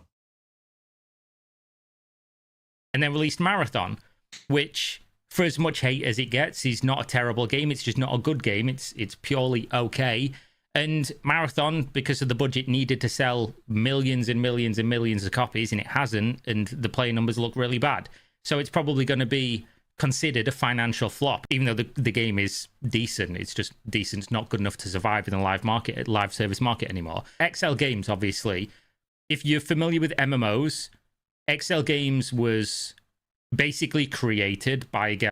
I think I have never heard of them. But looking at this already makes me not want to interact with anything. A guy called Jake Song, who was like the godfather of Korean MMOs. He was there at the beginning. He had a hand in development of all their big franchises. Really, MMOs would not be the same without him, which if you know what Korean MMOs are like, maybe that's not a feather in his cap. But either way, this guy was like a legend, and he made XL Games, who then created Arcade. Arcade was a really hit and miss game. At the beginning, it had signs that it was... I think that game released several times, right? When I remember correctly, it released it several times. I played it for, I think, 2 hours. I mean, that says everything, right? Playing a game for 2 hours. An MMO, yeah. Going to be one of the greatest MMOs ever made, and then it was just a complete fucking flop. And since then, XL Games has seemingly gone from potential success to absolute failure every step of the way. But they were acquired by Kakao Games, and Kakao Games, since buying them, have had to be essentially selling management rights to another company because Kakao Games has done so badly. And you can look at XL Games, like, what have they released? What have we got here? We've got Braves, never heard of it. It's a mobile game. Archville, a farm-style game. Highlight of Archville is the linkage system that allows players to send certain items from Archville to Arcade. Archville is a mobile. Yep, skip that one. Of course. Civilization Online, I've heard of this. I can't remember anybody ever talking about playing it. Archage Begins is a hero. Oh. Why would you associate this game with Archage? That's already a negative. Collecting 3D MMORPG, didn't know this one existed. Royal Road Legendary Moonlight Sculptor, never heard of it. Arcade, of course. Moonlight Sculptor Dark Gamer. Sounds like some shit, you know, some person in school that didn't have any friends would call themselves on Facebook. Arc World, which is, of course, when they tried to make an NFT blockchain version of Arcade. Of course. Which probably reached a grand total of 10 players. Arcade War, don't know what this one is. It's just an Arcade Chronicles. Obviously, that's the upcoming one, which everything that I've been told by people who have played this game, it's not an MMO. Even though they list it as an MMO here, it's not an MMO, and the game is really, really rough. So if they get it into a good playable state, great. And then the Cube Savers, which launched weeks ago and is now closing down. Of course. Right? This game was an absolute fucking turbo flop. Released to 5k players.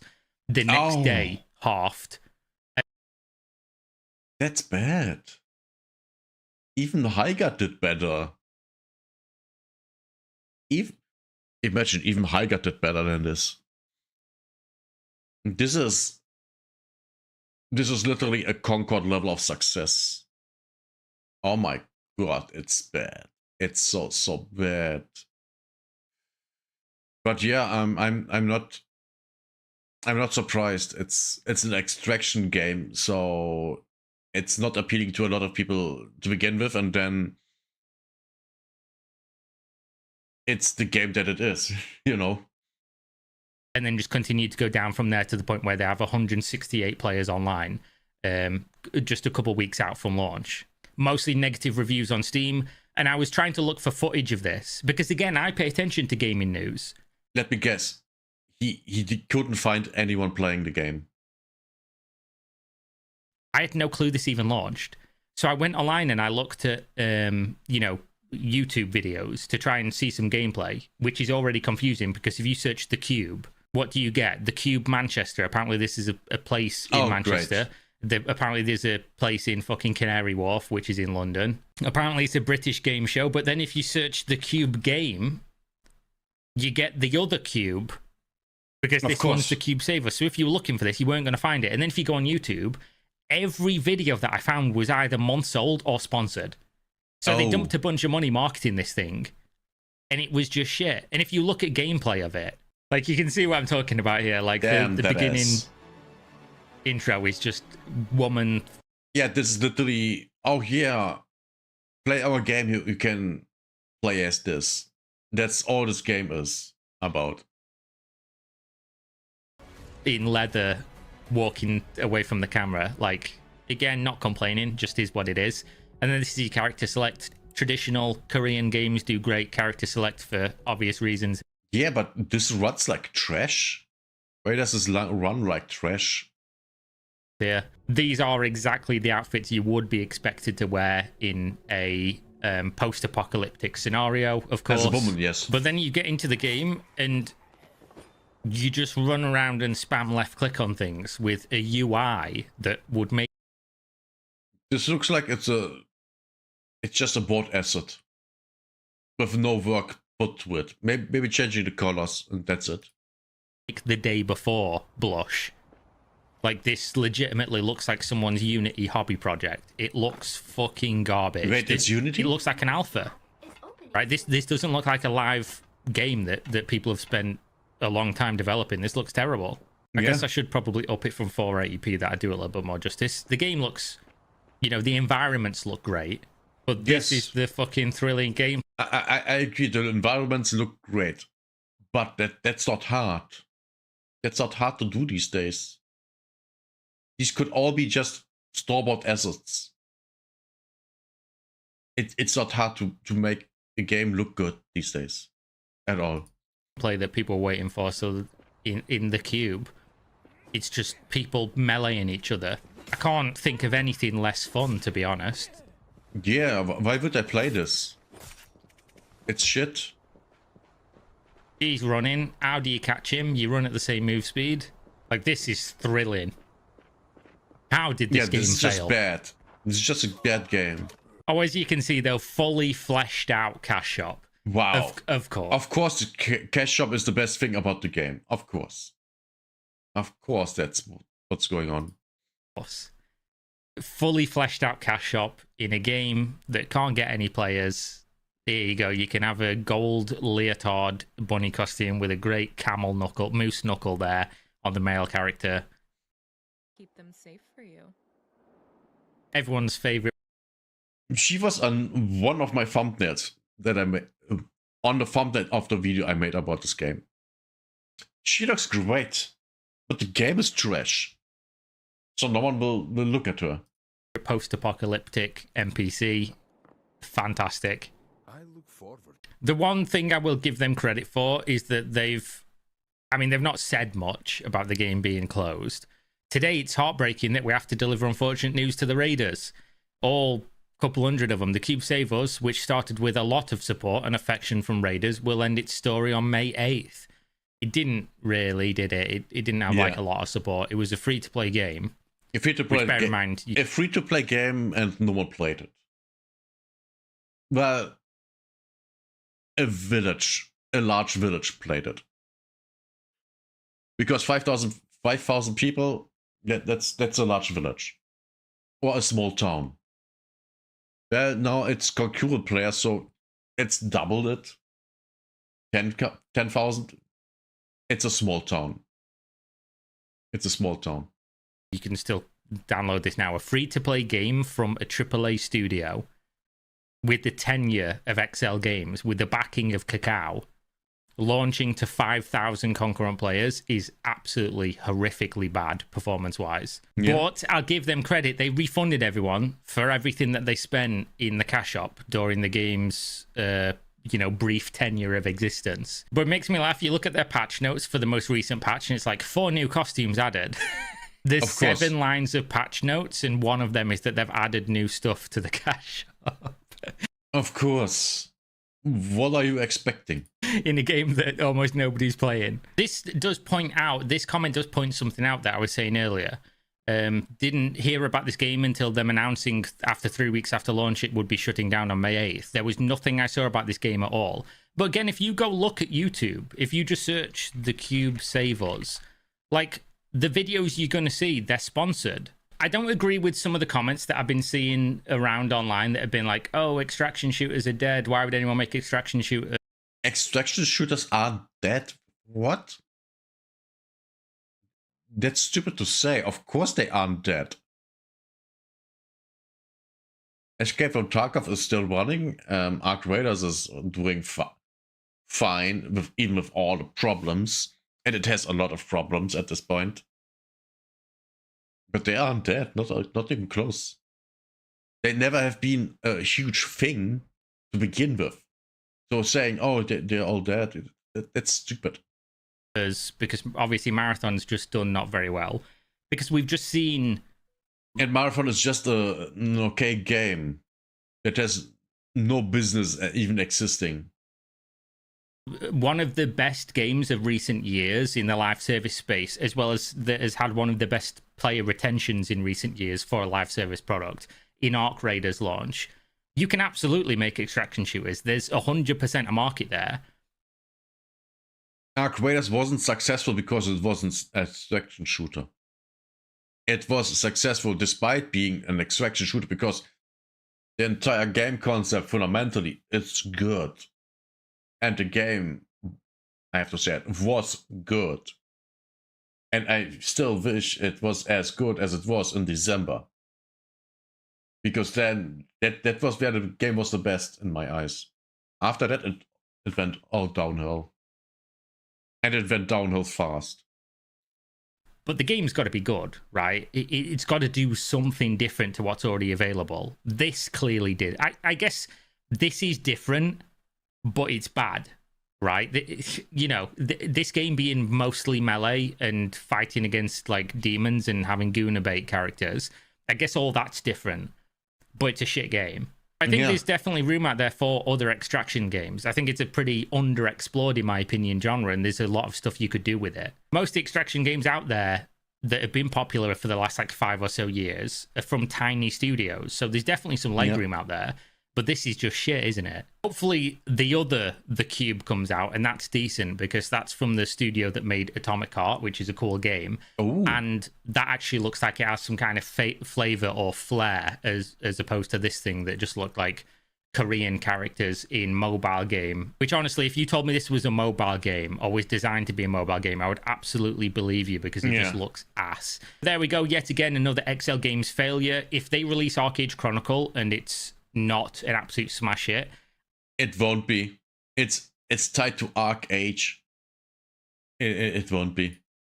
I don't know how you justify keeping this studio open, because what the fuck have they done in the last like 15 years? Pretty much nothing in my eyes. But there you go. Thanks for watching. As always, check the links in the video description, and I'll see you next time. Stay safe.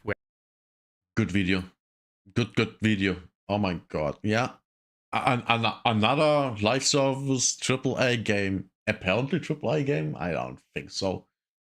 That completely flopped. Who could have guessed that a game no one asked for flops? Damn. Who could have guessed? Who could have guessed that the trashy game flops, even if it has hot chicks? Yeah. And we have to see here, Arc Raiders doesn't have hot chicks, but the game was good, and that's why people bought it. 50 million people. And apparently they have somewhat of around 1 million people every day playing the game, so that's a lot of people. So yeah, if you like this video and you want to see more, consider subscribing or following or whatever it is where you are that you can do. Give it a like and let me know in the comments what you think. See ya. And I completely forgot that I had to press the clip that thing on Twitch in between all my reacts. Great. I'm a genius. I'm such a genius. Mirror's Edge ripoff makes original developers crash out. Oh god, no. Yeah, I don't care about Camelot Unchained. We have already watched that. Yeah, don't care. So now we go to when parents try to save their spoiled kids from being arrested. Ah, this is going to be great. Half an hour of stupid people. It's by Tracking Felons. Oh, that's a nice name. I can't breathe. I don't give a okay, well, you're gonna be on the ground real quick. Like, really? Get the fuck out of me! These are moments when parents tried to protect their spoiled children from law enforcement, starting with The Craziest Family, where a mother tried to block an officer from firing a taser at her daughter. For aggravated battery, a police officer. Get on the ground or you're getting tased. On June 2nd, 2025, police arrived at a residence after a young man requested standby assistance while he retrieved his personal belongings from his girlfriend's home. Of course, crazy girlfriend. Of course, it's the crazy girlfriend. It's always the crazy girlfriend. Of course, yeah, makes sense. Place he had recently been removed from. Officer then made contact with the homeowner before escorting the man to the garage to collect his things. What happened next was almost unbelievable. It's not. It's what I would expect from crazy people. Alrighty. Why are the cops? Why are That's for a wall. I didn't do shit. What? Yeah, he's just here to get his property. Well, they can give me mine. You can come in the house. So you have a warrant. Thanks. Bye-bye. Bye-bye. Alright, well, he lives here, so... No, he does not. He does not live here. On the address they put next door, you don't live here. No. How do I know she's crazy? Pink hair, a tattoo on that leg, a tattoo on that leg. That's how I know she's crazy. It's very, very... Oh, you can see it? Now you can. It's very clear. Yes, she's crazy. Oh, the mother has tattoos too. Oh yeah, she's also crazy. Yeah. It all makes sense. The moment you see that, crazy. If you go with that, you will never be wrong.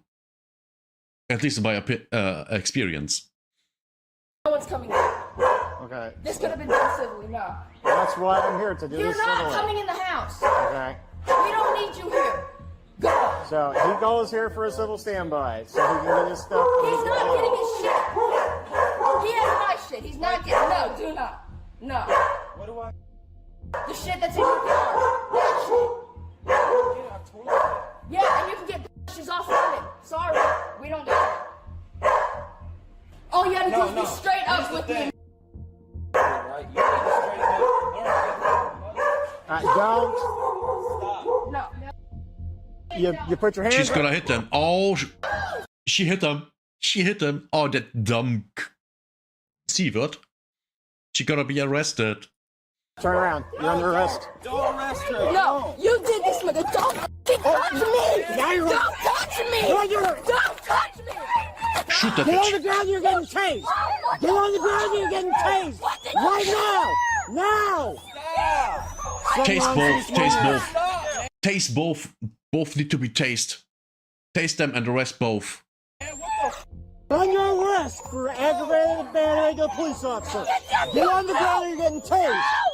Hey, go. I don't care. Get on the ground, you're getting tased.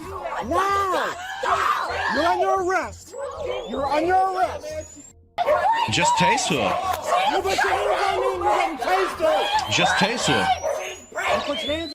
Who cares? We shouldn't have done that. She should just hands behind the back and everything's great. But no, she doesn't. They are escalating this. It's all their fault. I told you, she's crazy. If you see tattoos on a woman, she's crazy. If you see fake hair color on a woman, she's crazy. All that together, super crazy. And hello. Hello, Abbe. You're getting tased too. Get the f*** off my property now. Now! Get out of my face. Get out of my... Jail too. She's pregnant. You're under arrest. You're under arrest. You're under arrest. I'm going. Out of here, you piece of shit. Oh, I already can tell you what happened here. That door closed. He calls reinforcements and they raid the house. And it's all their fault. It's not the police, it's there. That could have been resolved already. If Gigi would just have, when he came to her, you are under arrest, hands on your back. If she would have just done that, everything would have been fine. Or if she just didn't hit her now ex-boyfriend, everything would have been fine. But no, the trash must escalate things.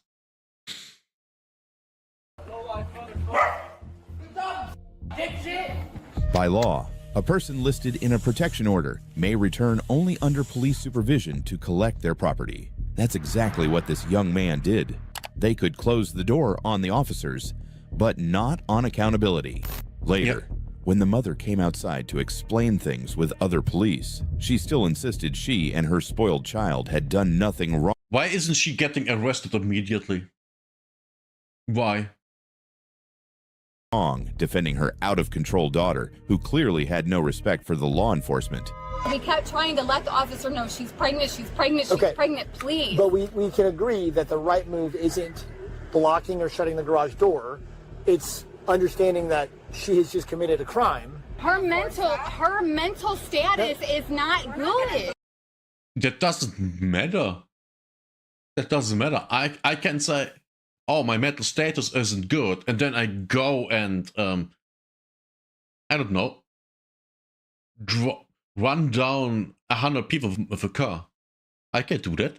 So why can't she just hit someone committing a crime and say that? Yeah, that's bullshit. Okay, we're not trying to bum rush or anything. But right over here, that's why she did it, because her mental status, and I know that's not an excuse. I know Then why do you use it as an excuse? that's not an excuse. But we already tried to tell him just leave, and they wouldn't leave. It doesn't work that way. He has, by court order, the right to respond. He was here long enough to be, and we're going to talk about that too. So listen. Explain this. It doesn't matter what address is on his license. If he's lived here more than 2 weeks, he's an established resident. Okay, so then what? So listen. He's gathering his stuff. There's an active OP. He's no longer allowed back here. The situation is done. What had to be accomplished today was him gathering his things, and that was done. He's not allowed back here. That's what the OP He could be arrested does. if he came back here. What about getting her stuff? And that's what she was trying to ask the officer. Hold on. But here's the deal. We can't get to that if we're screaming not allowing somebody to come in when a court order says that he's allowed to come get his property. So if she, but listen, Alicia, but listen, and we can work on that. But if is engaging and pushing and not shutting up, which is what she. Oh no! She was hitting. She hit them. We saw it, chat. The dumb vagina thing hit the dude. She's good at doing. We can agree. Yes. Then she needs to be by you guys removed from the situation and taken inside, and then we can have a civil conversation. Do you know what I'm saying? So she needs to stay away from it. Just like I get it. You know, I mean, and that's probably why he brought the cop over here, because she. No, by court order. By court order. I'll explain this. She said bye-bye to you first. No matter what you say to her, she doesn't give a fuck. She just wanted to go her way because she's stupid. Just go with she's stupid and doesn't care. And it explains everything. And you kept stepping up into the garage. No, he turned and left, and then she chased after him. You can run your mouth. That's perfectly legal. All right. Hold on. You're not free to go. How? I'm not under arrest. I didn't do anything. Actually, you are. You're under arrest for obstructing. When you prevented me from arresting her. That dumb. So the dumb whore. She's gonna have charges pending, and let's go out of here. Yeah, because I'm not gonna let my daughter. Jail too if he comes out. Because I'm not gonna let my daughter get tased. So I'm under arrest, and I'm not. I am arrested because I stopped her from getting tased being pregnant. You gotta stay inside. Why don't you get up on your property? David, don't arrest you too. Goddamn. You guys think you're bad. No, stop! You got an arrest coming too. You got obstruction. The mother was charged with obstruction of justice after she blocked the officer, closed the garage door. But what about the daughter? The whole daughter.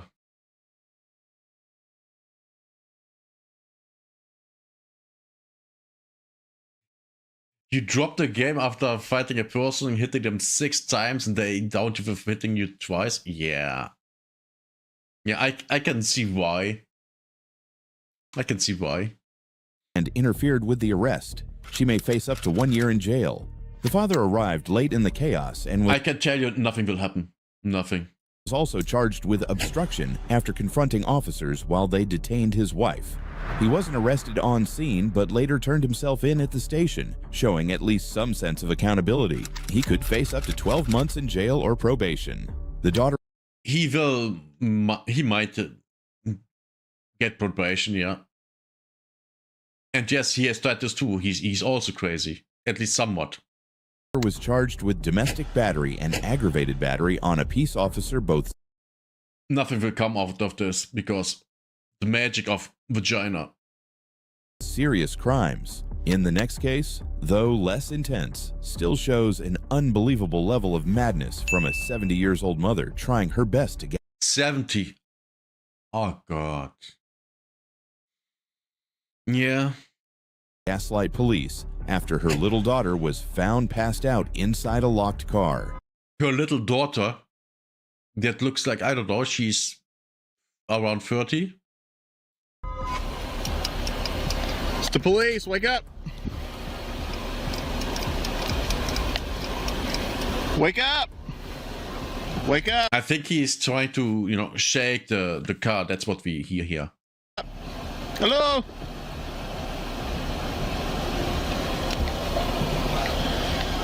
Hey, they said that she's parked here every day, or this vehicle's parked here almost every day, so I'm thinking she lives at one of these two places. They think it's maybe this one, for sale. How can you be so drunk that you fall asleep in your car while being in the driver's seat? Just don't drink that much. Or if you want to drink that much, do it at home. Wake up!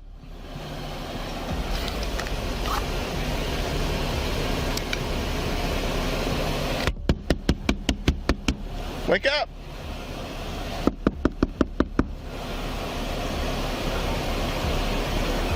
Bravo 528 signal 77.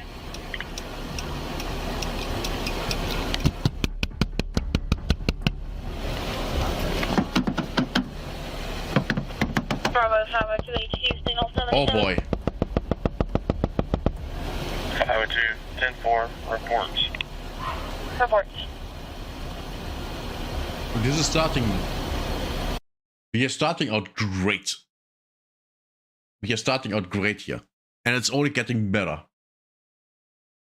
Being so drunk you're passing out, sitting in your running car in the driver's seat. Yeah, great.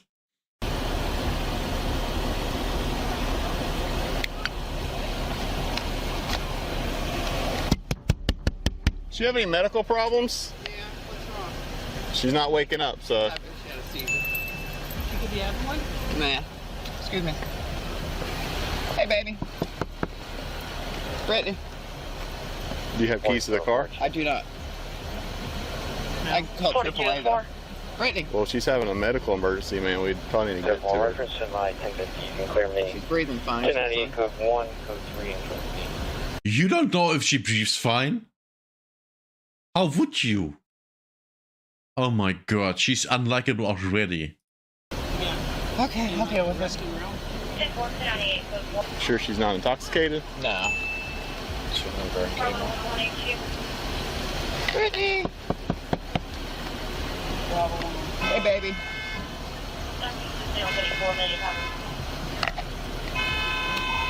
Mom says she has history of seizures. I thought there was someone honking because the road was blocked, but it's just a car alarm. Jesus. But apparently, or not, because it already stopped. She opened her eyes and flicked off the complainant, so I don't know that she's having a seizure tonight. Ma'am, AAA's gonna take like 3 hours to get here. There's no way that's gonna be an option. We're gonna need to break the window or something. Say if she's having a seizure, or if she has a medical history, we can bring me a car now. They'll be here right away. It's in my console in the car. Yeah, I think we have one in control, but I think Mom's covering for her. Okay. Brittany. Who called you? Somebody calls concerned about her. Hey. Britt, it's Mom. It's Mom. Hey, baby. Open the door. Let me in, baby. Let me in, sweetie. Apparently she almost crashed into somebody on the way here, so. Oh yeah, she's drunk. Open the door. She is not having a seizure, she's just drunk or high. I mean, I wouldn't be surprised if it's high, looking at the mother. Baby. Hey. Hey, baby. Come on. Thank you, sweetie. She opened it. Forget it. Thanks, Seth. Hey, sweetie. Hey, turn it off. Our community, you'll hear about it on the Black Please turn off the car. Did you have a seizure? Are you okay?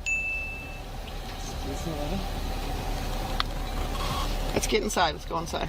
Get your medicine. Oh yeah. She's trying to hide what's going on. Oh yeah. No, there's no seizure. There's no medical issue. She's just drunk or high. Let's go inside. Okay. Go. Let's go. Where's your purse?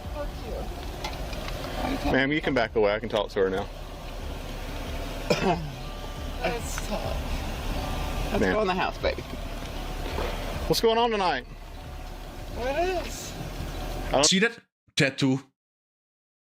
Oh, and looking at her, yeah, she's more around 40. Yeah, crazy, drunk, or crackhead, meth head, I don't know. Yeah, she's done. Well, you tell me. You tell me. Everything okay? Is everything okay? I don't know. She's slurring. What's going on tonight? You tell me. You seem like you're very intoxicated. Is it? Mm-hmm. That's so cute for you. Boy, what? Okay. It doesn't even make Can you sense. step out of the car for me? I would not. You don't want to step out of the car? I would not. Why not? Because you're asking me to. So I'm giving you a lawful order to step out of the vehicle and you're refusing to? Is that what you're telling me? Absolutely. No, she's under arrest. We can do this one of two ways.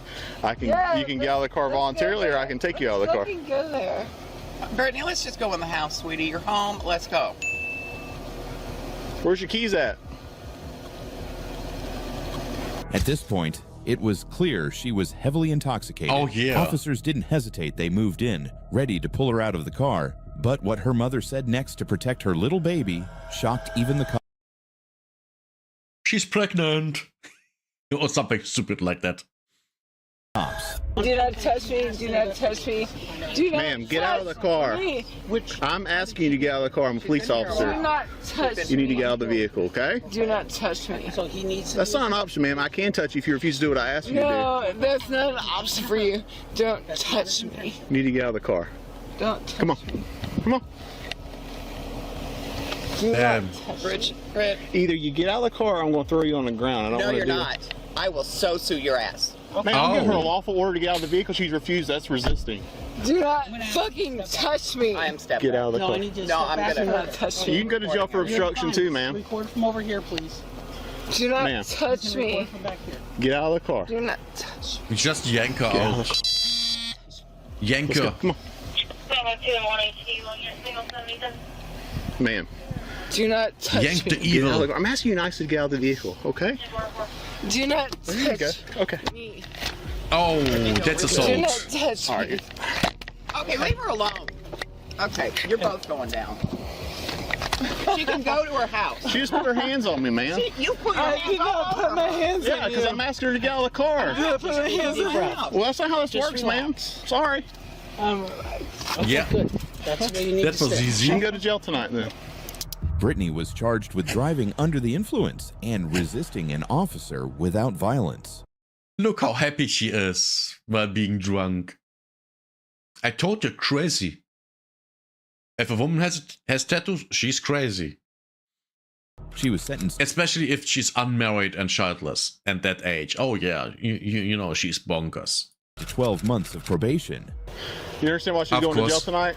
Because your guys are a bunch of dicks. Okay, hold on a second. I'm trying to explain it to you. If you want to walk away, I can try to explain it to you. Okay, she almost crashed into a vehicle. Complainant called us.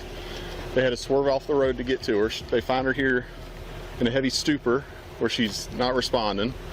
So they call us, they flick her off, tell her to go away, basically. So we get here, try to wake her up. She's obviously impaired. I tried to get her out of the car to conduct DUI investigation, and she refuses, so that's obstruction in the state of Florida. Okay, obviously she's got a problem. Correct? Yeah. No. Okay. And I can tell you, the problem is that she grew up with a mother like that. Because the behavior of the daughter is directly coming from the mother. And I can guarantee you, single mother. I'm absolutely sure, single mother. Do I know it? No. But I'm absolutely sure it is the case.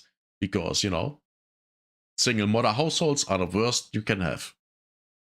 She lives here, doesn't she? Yeah, she She's does. never been intoxicated before? No. Okay.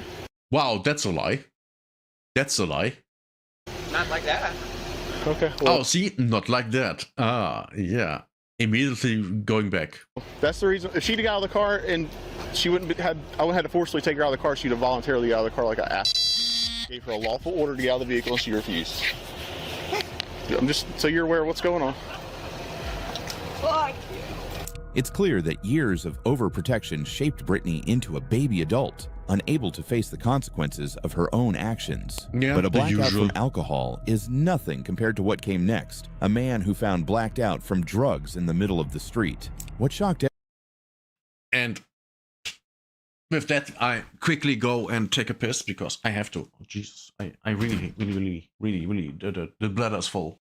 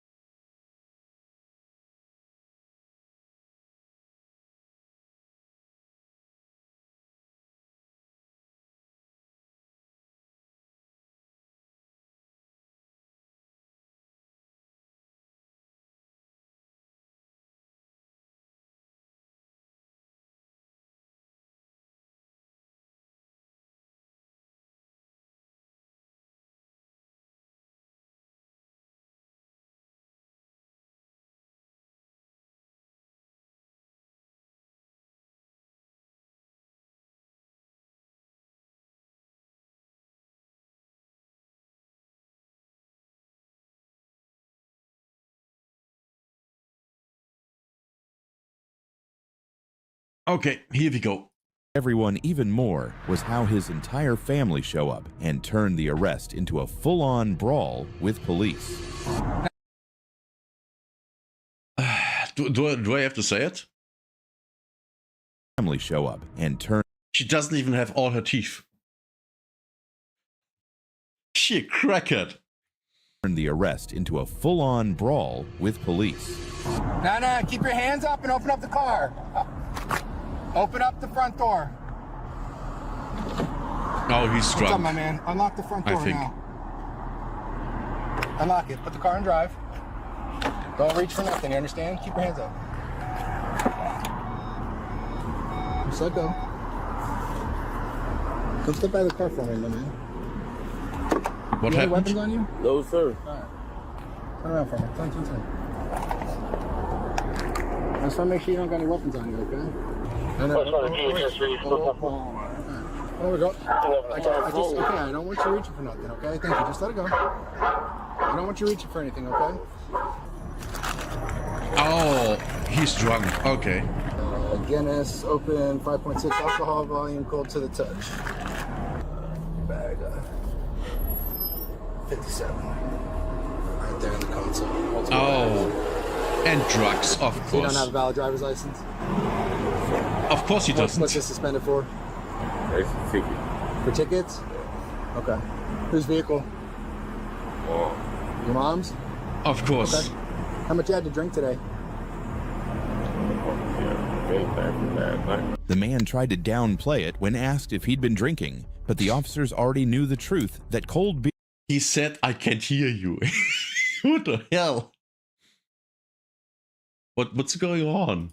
Beer in the console said it all, so they had him perform a field sobriety test, which he clearly On the failed, street? and he was promptly handcuffed for DUI. Everything seemed to be wrapping up by the book until, out of nowhere, his entire family showed up, shouting and demanding to know why their innocent son was being arrested.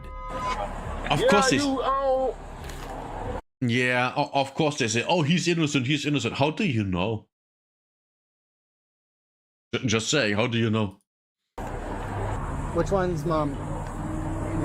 You are? What did he think? Well, I see him do everything that you do. Did y'all videotape that? Of course. I want to see still that. Recording. So I didn't see him stumble on anything. Okay. Well, you don't know how to conduct field sobriety exercise, number one. Okay. So you don't know what we see. I've seen him done Number several one. times. Okay. Number two, you also don't see the large amount of drugs in the car, or the fact that his driver's license is suspended with knowledge, or all the other things going on here today that you didn't see, sir. Watch it. So respectfully. What? Back What up, happened? back up. Hey, back up. Back up. Back up. Back up. I'll tase you right now. Back up. Now. You're making it worse. Of course they are escalating it. Of course. Who could have guessed that they would escalate it? Ah. I mean, that's literally the title of the video, right? When parents try to save their spoiled kids from being arrested. I'm in the way. There it is. I try to do this in my OBS. I'm so retarded. Oh boy. Yeah. Oh. Back to the video. It worse. Right now. You're making it Back worse. up. Got him on the ground. Go ahead on y'all. I'm not gonna tell you again. Back He's up. back. Why you Get keep off the saying seat he's now. back? He's back. Right now. He's still standing back up. Oh no, another one approaches. Oh no. The leopard dress didn't prevent me seeing her. So we definitely have one crackhead here. I don't know about them. But here might be another crackhead. I don't know. I'm not sure yet. He's not charging him. What the fuck? Stay off the roadway. Leon, back up. Nobody is coming towards you. You just gotta stand back up. Back up. Sir, if you don't stop, you're gonna go to jail. Hey, put your I think it's quite bold to assume that that guy is the other guy's father. I mean, to be fair, if you go with statistics, then that's most likely not the case. hands behind your back. Put your hands behind your back. Put your hands behind your back. Put your hands behind your back. Put your hands behind your back. Now. Man. No, we're done.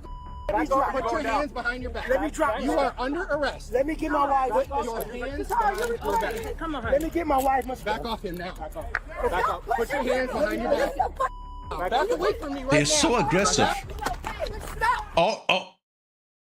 The crackhead hit the cop.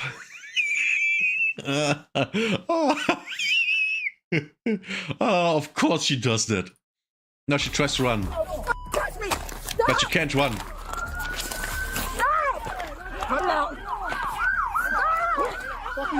Stop resisting, Free Tooth. West Palm Service for you, please. We're fighting three. Okay, calm down. Stop. Oh, and of course she has a tattoo. Of course. Back now. He's got a pound. Can I not doing it. You don't have to do that. I've been doing it. No, And of course, they aren't doing anything. Of course. Now. Let me get up. Put your hand behind your back now. Let me get up and do it. You're not doing nothing. Put your hand behind your back now. I didn't do nothing. Get off my hand. I'm not on your hand. What the fuck are you talking about? 856. You bark. Exactly. Calm down. Calm down. Calm down. I'm cool with you. Stop manhandling me. Let's go. Stop manhandling me. Oh, woman. Oh, woman. Little Miss Free Teeth. Shut up. Look, my f***ing pants and everything's showing. Relax, relax. Say what the f***? He started pushing on me and mommy. Yeah, but you don't mind. Get over it, man. There's no need to manhandle me. All this could have been resolved by them just not interfering in any way. Just okay, yeah, it's whatever. I guess we getting his bond together and then bail him out. That would have been the smart thing to do, but that didn't happen. I just didn't like my son. I know. Listen, my man, you were given plenty of warnings to back up and stop. You bought this one. I deserve it. The father was charged with battery on an officer and obstruction, but he might walk out with probation. But his daughter, charged with battery on an officer, resisting with... Look at her. She literally looks like a crackhead. And even worse, I think she's high. Doesn't she look like she's high? Violence and long record of drug possession could be facing up to 7... I told you she looks like a crackhead. Oh, guess what? She's a crackhead. You really don't need to make anything up. You just say the truth, and it's worse than anything you can come up with. Years behind bars. Ironically, the only one who stayed calm, the son who charged with DUI, possession of a controlled substance, and driving on a suspended license, may serve the shortest time of all. In the last... And all of this could have been prevented if they just didn't do anything. Don't do anything.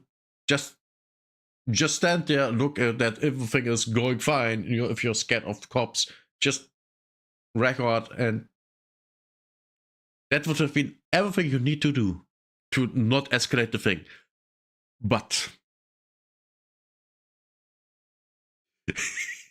oh boy. In this case, it began when officers showed up to take a teenage girl into custody after she was allegedly brought a gun to school to threaten another student. Of course. The moment police arrived, they weren't just met by the suspect, they were met by her entire family, ready to fight back. And her entire family is all women. Just so you know, I haven't seen any guys here. Only women. And of course they are yelling. Of course. Oh, there might be a... No, that might be a guy. Well, I don't know. No. That's fine. You talking about? I don't give a... What are you yelling about? You know way. Ain't no kind of way. Don't talk to me. Hey. Don't touch me. They are immediately escalating the situation. Everything bad that's happening is on them. Why? Because they are already escalating it. We have just started. We are just being here for 5 seconds and they are already yelling and escalating things. Yeah, I want your sergeant out here. Our sergeant's yeah, on the way. I want a white shirt out here. What? You can't go nowhere. I'm not being detained. You guys keep walking, you get detained. If you keep walking, you get detained. Don't touch me. Don't touch me. Stop walking. Okay. Detain her. Let's detain her. Oh. She hit the cop.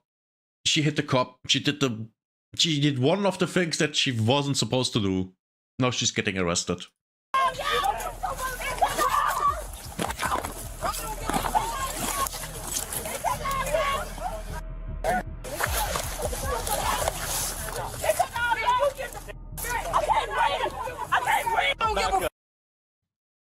Of course she says that she can't breathe.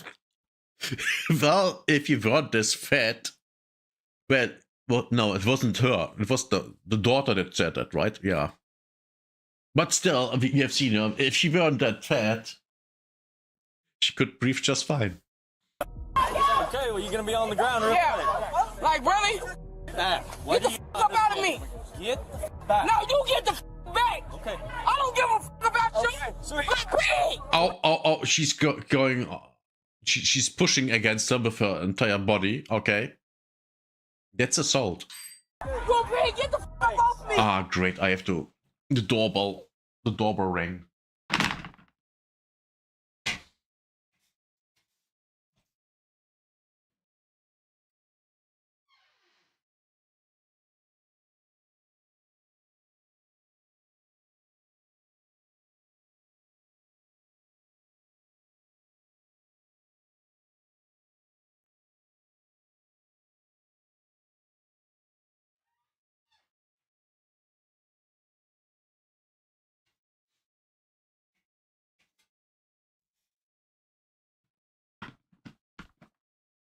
I got ding dong ditched. Fun times. Oh, so funny. Oh, you a motherfucking pig. Okay, sweet. Thank you. You a pig. Sweet. What's up? What's up? Exactly. That little fatty calling him a pig. Oh, the irony. What the fuck you gonna do? You ain't doing shit. Okay. Don't put your motherfucking hands on me. Okay. We'll play. Oh, of course. And here we go. Y'all ain't gotta put me down. You ain't gotta put me there. You ain't gotta put me there. I'm gonna put you. I don't give a. Do you hear that? She's literally saying, "I'm gonna fight you." Her saying, "You won't put me down." That's literally, yeah, I'm gonna fight you, and she is fighting them. Man, she's so dumb. You a pig. God gonna get your. I promise you, Jesus Christ. You go to church every motherfucking day. You a pig. Ain't nobody say shit about no motherfucking gun. Well, that's sort of. I don't give a f. Don't touch me. You're gonna Man. I don't give a f. What a disgrace. I don't give a f. I don't give a f. Stop walking. Don't stop following me. Then walk. Stop following me. I'm walking. Take these cuffs off. I swear to God. Take these cuffs off. Take these cuffs off. I would beat your on my dead baby. Oh, she wants to beat his ass. Oh, that's another charge. I will beat you. Take these cuffs off. Y'all go one-on-one with your. She's You threatening better them. have to be nice. I got it. Mama Low from Chicago. Lawyer, baby. You better handle me motherfucking nice. I got Mama Law, lawyer. I got Mama Law. Chicago. Her mother-in-law is a lawyer. Okay, I literally had to read the subtitles because it's hard to understand her. I don't know what Chicago. that means, but okay. Chicago lawyer. Okay. Chicago lawyer. Oh, so the lawyer is a criminal. Okay. Gotta handle me motherfucking nice. Go ahead and hop in. Thank you. I appreciate it. I can't breathe. Put your arms behind. Of course, we go to the daughter and she can't breathe. Yeah, of course. If you can't breathe, why can't you scream? Just tase her. Put your arms behind your back. Get off foot. Stop touching me. You're good. Breathe. It's so stupid. Now roll on your side. Stop it. It's super funny when they right from deep down out of the lung scream, I can breathe, you know, so loud and proud,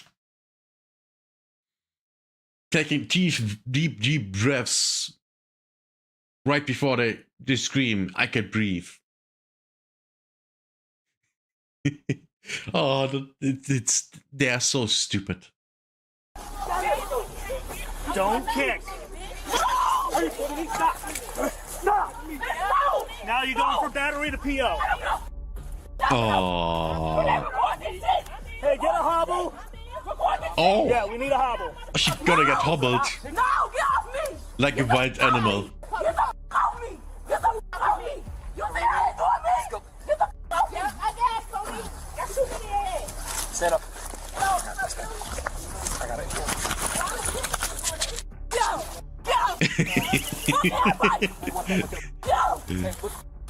She's getting hanged like an alligator. Get off me! Oh!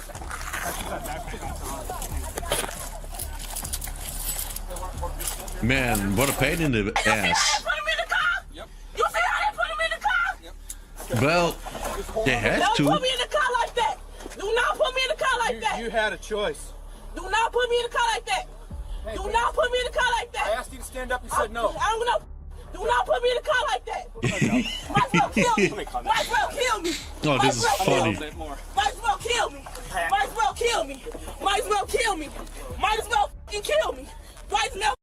Why is she saying that? Oh, right, because she's stupid. Why are you telling him to kill you? Why? Stop being stupid. Kill me! Might as well. Oh, she spit. Taser. Taser. Right here, I got it. Give my phone to my sister! When you're ready. Get up me! The daughter was charged with unlawful possession of a firearm, resisting arrest, battery on a law enforcement officer, and aggravated menacing. She could face several years in prison. Nothing the will mother was happen. charged for obstruction of justice, battery on an officer, and resisting arrest after physically interfering with police. She now faces up to 3 years behind bars, all Nothing for will stepping in happen. when she shouldn't have. The father and sister both received citations for obstructing. If you... That was...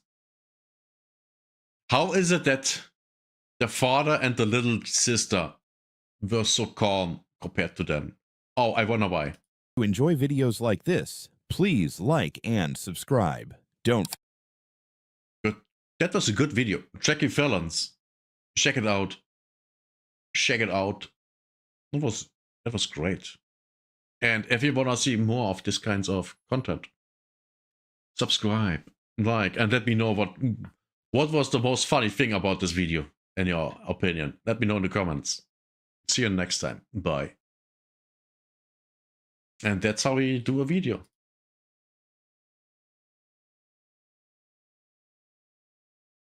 And now we go for the next one. I don't know. We had this. There was another one down here. We do this one. Oh. And this is going to be a 2-hour video. Yeah, we don't do that today. You don't do that today. We are doing this right now. Ark Raiders is a nightmare for casual players. I have to disagree completely. I completely disagree.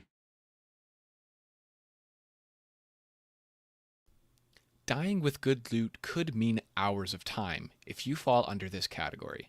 Casual players. Sure. Casual players often try to use proximity chat to negotiate peace, but the current meta rewards fake friendlies and rats who wait until you're engaged with a difficult arc to backstab you. I think, hear me out. It's not a problem about the game and the meta in the game. It's the servers you are playing on. Because I don't have these problems on European servers. At all. My lobbies are always friendly. I got killed by a person once in 6 weeks. And he was pissed because he got killed all the time. He literally told me after he knocked me out.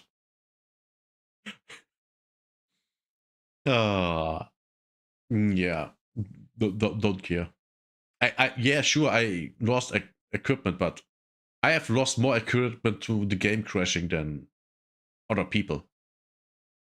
And I mean that literally, because my game is crashing all the time. For a casual, losing 45 minutes of progress to a betrayal is incredibly hard. It could be half your session, whereas for a hardcore player, it's just another Tuesday evening that they could dump tons of hours into. Rats are already annoying enough, but if they kill a casual player, it's way worse than killing someone with tons of hours already in the game.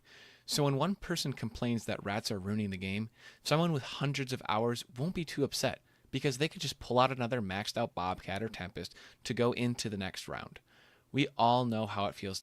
I think we have a problem here that only because people with a high number of hours played have no problems. But I mean, we have to be very careful how we are talking about stuff here.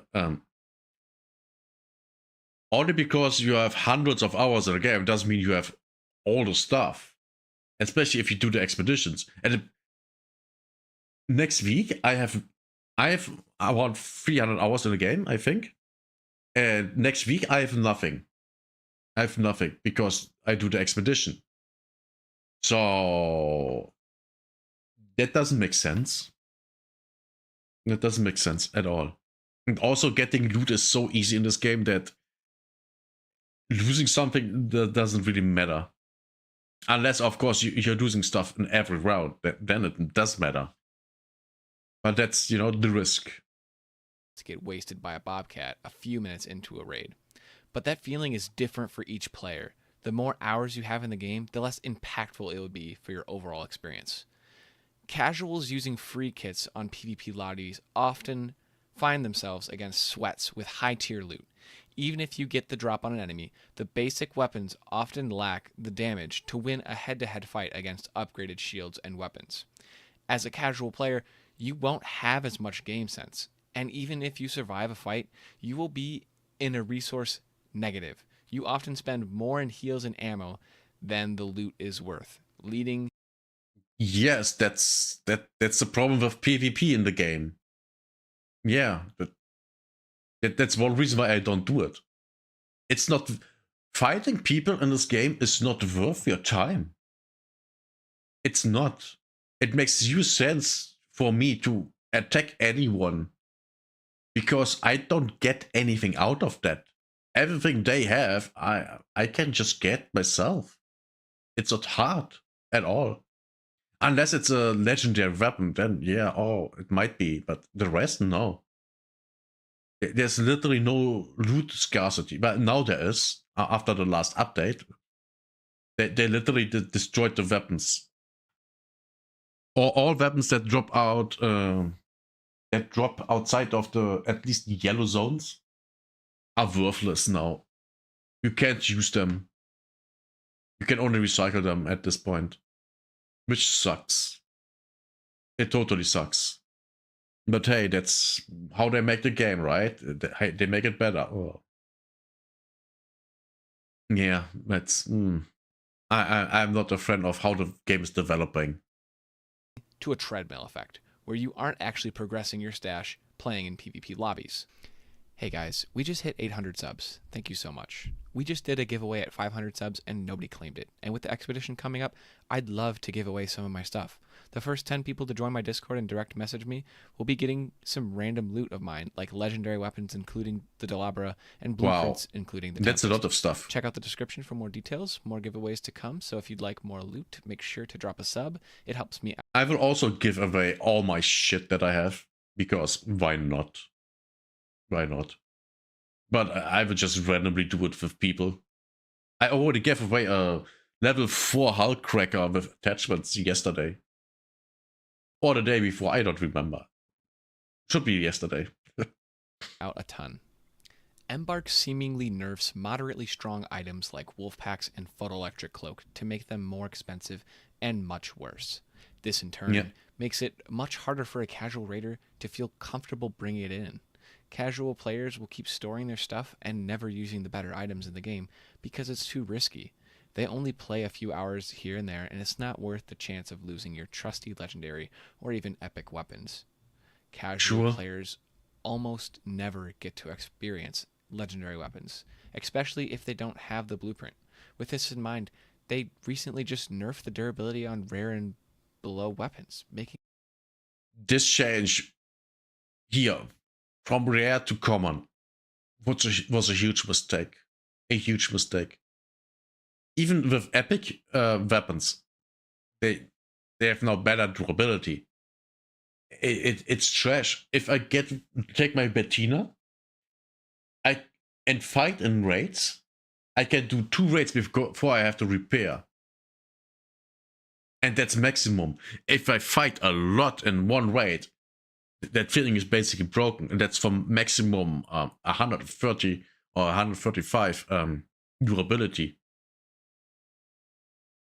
That's how bad that shit is. They should have reduced durability burn on all the weapons. On all of them. By, I don't know, 20%.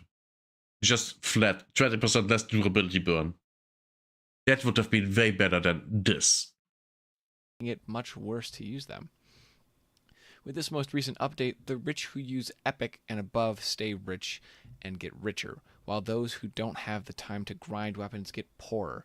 When their anvil breaks, they don't have a blueprint for it. Springs and mechanical components are already some of the more difficult items in the... Yeah, but you can buy an anvil in the gun shop. You literally can. I think 1 or 3 per day. So you can do that. That's not hard. Game to farm and take tons of time just to get enough to be comfortable. Now, with this poverty tax, it makes it even more time consuming. These casual players have a choice. Use their precious time farming for materials to make better guns, or just run free kit again and again. This is some footage of me farming springs for 30 minutes, just to see how many I could get. In this time, I gathered 14 springs. It takes 12 springs, 10 medium gun parts, 2 Exodus modules, and a magnetic accelerator to craft 1 maxed out Tempest. For someone with maxed out Tempest. So we are talking about the level 4, right? That's not a lot of time. Especially if you enjoy the looting part of the game, which personally I do more than almost everything else. The loot is the thing that I like, the looting.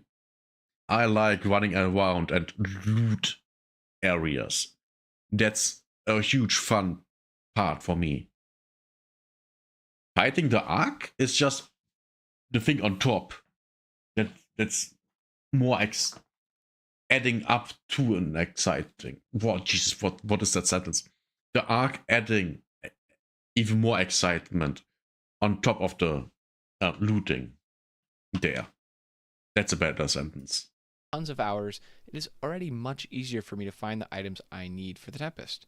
And mind you, I didn't die or struggle much at all. You also have to think about the attachments too. They need springs and other random material that could take forever to get.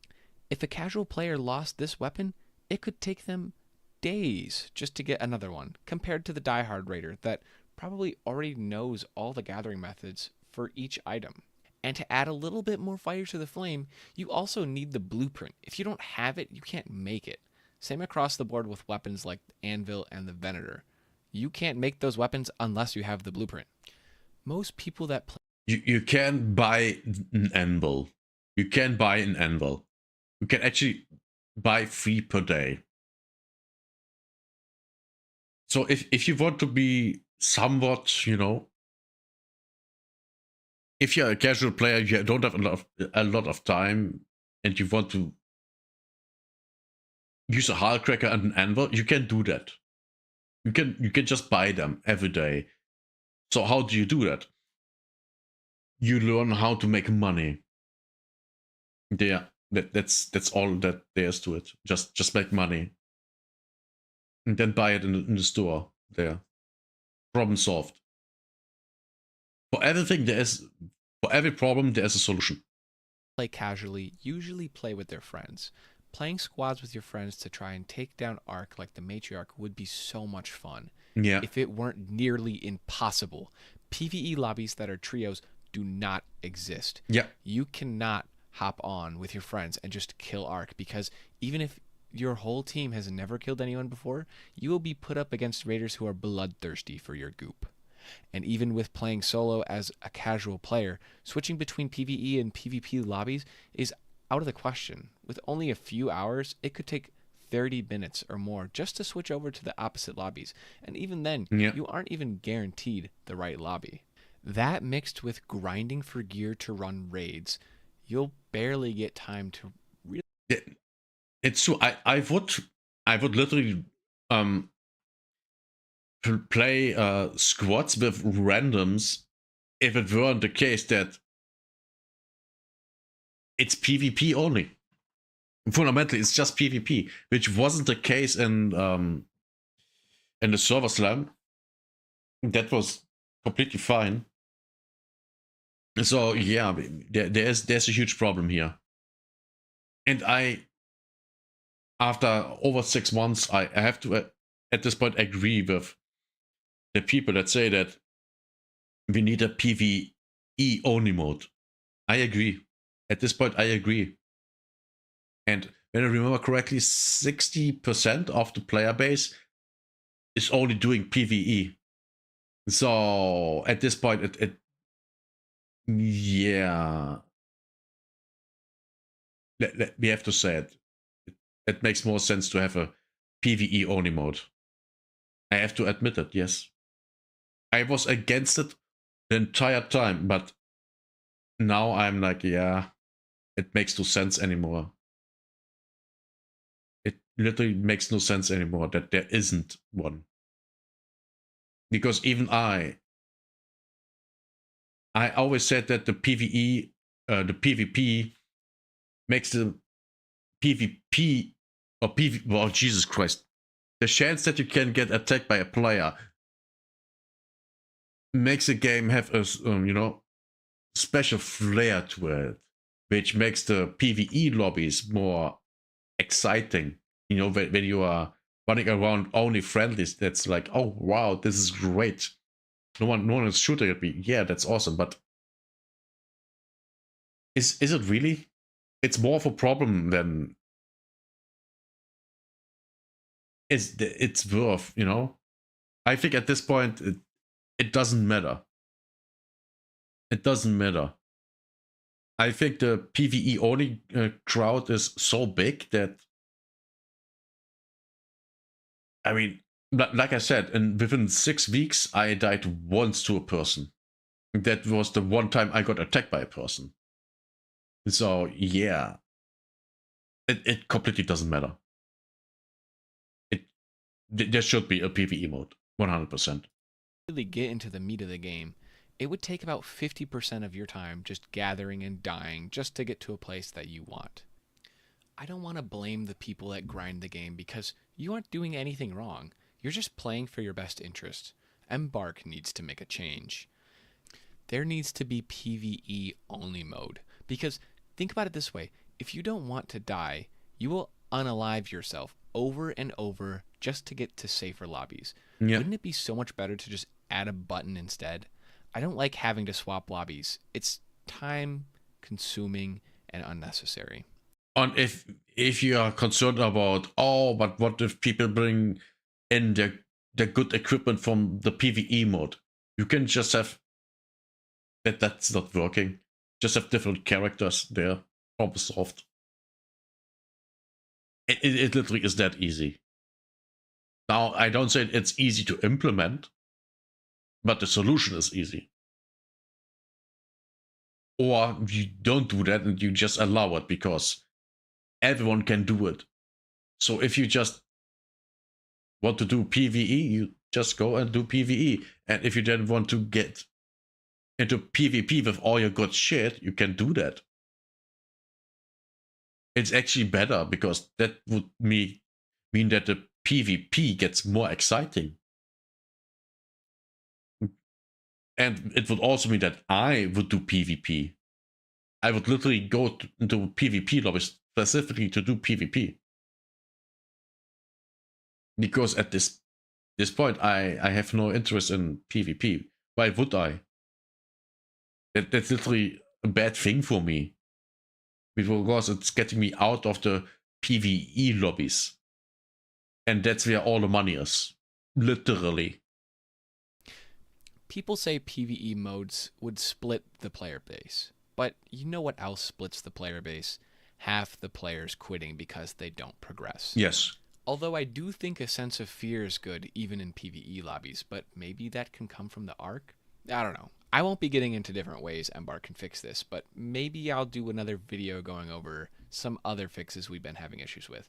But look, I'm just one guy with a microphone and a lot of frustration. I want to hear from both sides. If you're a working dad or a casual player, does a PvE only mode save the game for you? And if you're a hardcore sweat, do you actually think the game survives if the casual player base evaporates? Let me know down in the comments. I'll be down there reading as many as I can and responding to as much as I can as well. Don't forget to jump into the Discord if you want a chance at winning the legendary Good gear. video. Thanks for helping us hit 800 subs, and I'll see you in the next raid. Hopefully not the end of a rat's barrel. That was a good video. I agree with him. I mean, I think if you've watched this video, it's very obvious that I agree with him. So yeah, he's correct. We do need a PvE mode. That would literally save the game. I can guarantee you a lot of people would come back. And then what that also would mean, you could increase the difficulty of the arc. You know? Make them even more exciting. But hey, that's, what I think. Let me know what you think in the comments. And if you want to see more of me yapping, subscribe, like, and I'll see you next time. Bye-bye. Yeah. Perfection. Perfection. Oh boy, yeah. Man, I have to admit it, I'm so frustrated with Arc Raiders. So frustrated. Which is mostly due to the crashes. If my game wouldn't crash all the time, I wouldn't really care.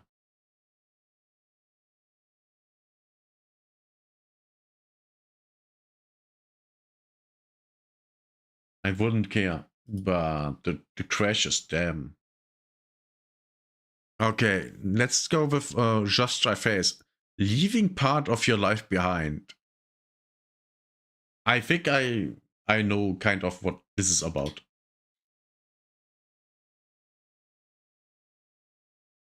Let's get a little bit I don't know the word. It's too hard for me to say. Oh god, of course. Of course. YouTube. Can you please stop being a cunt?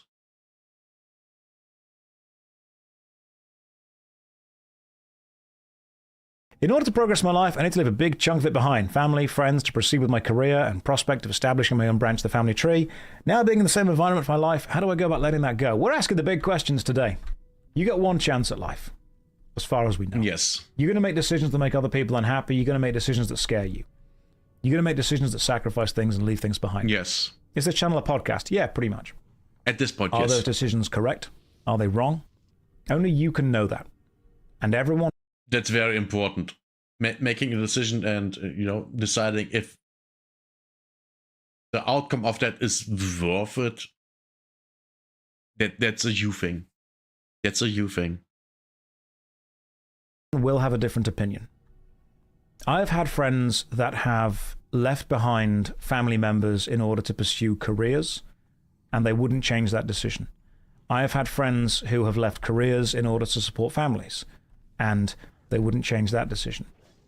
I've also had friends who have done the opposite and would absolutely change those decisions. Yeah. Only you can know what is going to do. But you do have to ask yourself at some point, how much are you willing to sacrifice? How much are you willing to let go of in order to progress what you want to have? You know, one thing that I always used to find a bit honestly envious. There's a trope in old American TV shows, American films. Okay. Where you always see the same bunch of friends go into the fishing cabin. Oh, yeah. Every year. And there's always pictures on the walls of the same group of people, 5, 6, 7 years. Yeah, and now he's coming that, that's actually very rare, I would guess. Maybe everyone lives on the same street in a lovely suburb and they all have barbecues whenever it's summer. There's that real sense of community. There's that real sense of connection. And I never had that.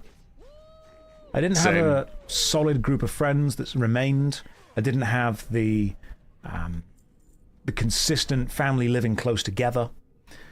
And obviously when I was younger, I was like, am I missing something? Is this the way that it's meant to be? And now I realize that what I had was different. I had a huge amount of primary schools that I went to. I had a huge amount of high schools that I went to. I had a lot of people that I would meet, be best friends with for a year and then never see again.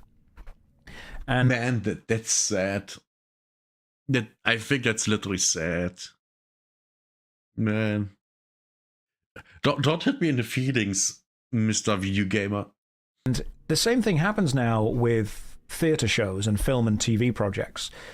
If you're on a theatre show, if you're on a film show, I'm sure if you guys work in any kind of work or business that revolves around traveling to a location, being there for a while and then moving on, you become intensely friendly with everyone that you meet for like a month or two, and then you just never see them again. Yeah. You don't hold any ill will toward them. There's no hatred. It's just the nature of the beast. Yes. Staying in touch can be hard. And you all respect and understand that's how the whole thing goes. So are you able to leave behind what you know? And that depends. The mightiest oak tree is the one that stays in one place and grows and becomes revered and powerful and stoic, but static. And yet, the smaller birds are the ones that are able to fly free and go and explore other places. Oh my God. What do you want? What do you value? Because neither of these are right nor wrong. You simply have to be able to justify it to yourself. I mean, most oak trees do tend to stay in one place. If you like most trees do, unless it's an ant, but then it's not a tree, it's an ant. But yeah, he's right. You have to decide what you want to make out of your life, or even better said, you have to decide what kind of person you want to be. And then, is it worth to sacrifice the things that you have to sacrifice to be that person? Or do what you want to do? Because everything in life requires a sacrifice. If something doesn't require a sacrifice, something's wrong. Something's not right there. Do you believe that moving and leaving the foundations that you have is essential for you becoming your own person and starting your own legacy? Then do that. Other people will tell you you're wrong. Other people will tell you that you are leaving behind family connections. Other people will have a go at you. They'll say that, I can't believe that you're abandoning this. Can't believe you're changing this or changing that. They are welcome to live their life the way they want to live their life. You are welcome to live yours the way you want. You can calculate the risks. You can put yourself first. And you can do things that will make other people unhappy. Have any of you ever felt family or societal pressure to never move? To always stay and do the same thing? To fall into the same cycles and the same patterns that everyone else within your family or within your society or within your culture? Well, yes. And that's why I broke off contact to my mother, which she doesn't respect. Of course not. Of course she doesn't. She's my mother. Of course she doesn't respect that. Oh boy. Yeah, the usual. Has fell into. Have any of you broken out of them? I'm sure there are many people who have ended up doing things because their friends and family have told them to. Yeah, your teachers, your expectations. And you know what? Straight up, it's terrifying. It is straight up terrifying. Yes. To do something that goes against the grain, scary as hell. So the question earlier, what's my advice to do it? A year from now, you will be in a different situation to how you are now. People will tell you that you're right or wrong no matter what you do. Yes. One of the most resilient things you need to understand is that you need to have the ability to justify why you are doing what you are doing in a way that is not arguing, but is simply explaining to someone else why you have made the decisions you've made. And ultimately, they may never agree with you, but they don't need to. They may never, ever agree with you, but they don't need to agree. Exactly. Why even need to justify? Sometimes justifying why you do what you do isn't for the benefit of the other person. It's for the benefit of bringing a level of peace to yourself. Yeah. Sometimes justification is about finding a way of simply explaining and understanding why you have done the way things you want to do. If you spend your entire life doing what other people want you to do, then eventually you realize that you're just living a version of their life that exists in their own head. You're more complicated than people know. There was an old justification exercise we used to do when I was working alongside the Navy. And it goes like this. Imagine that you are leading a troop of men. You're in a jungle. You're walking down a river. Yes. Center of the river. Holding your supplies above your head. Walking down this river. Slowly. On one side of the river is shelter, but no food. And on the other side is food, but no shelter. And the river begins to rise. And you, as the leader, need to make a choice. For all the people with you. Do you go to the side with shelter? Do you go to the side with food? Or do you simply stay in the river and drown? I think we can agree that staying in the river and drowning is the bad choice. But what's the right choice? What do you guys... Yeah, the right choice. Yeah, the thing here is, if you want to make it complicated, you go where the shelter is, and after the danger, you go over where the food is. There. Solve the problem. Because in your supplies, there is some food. There should at least be. So, yeah. Think.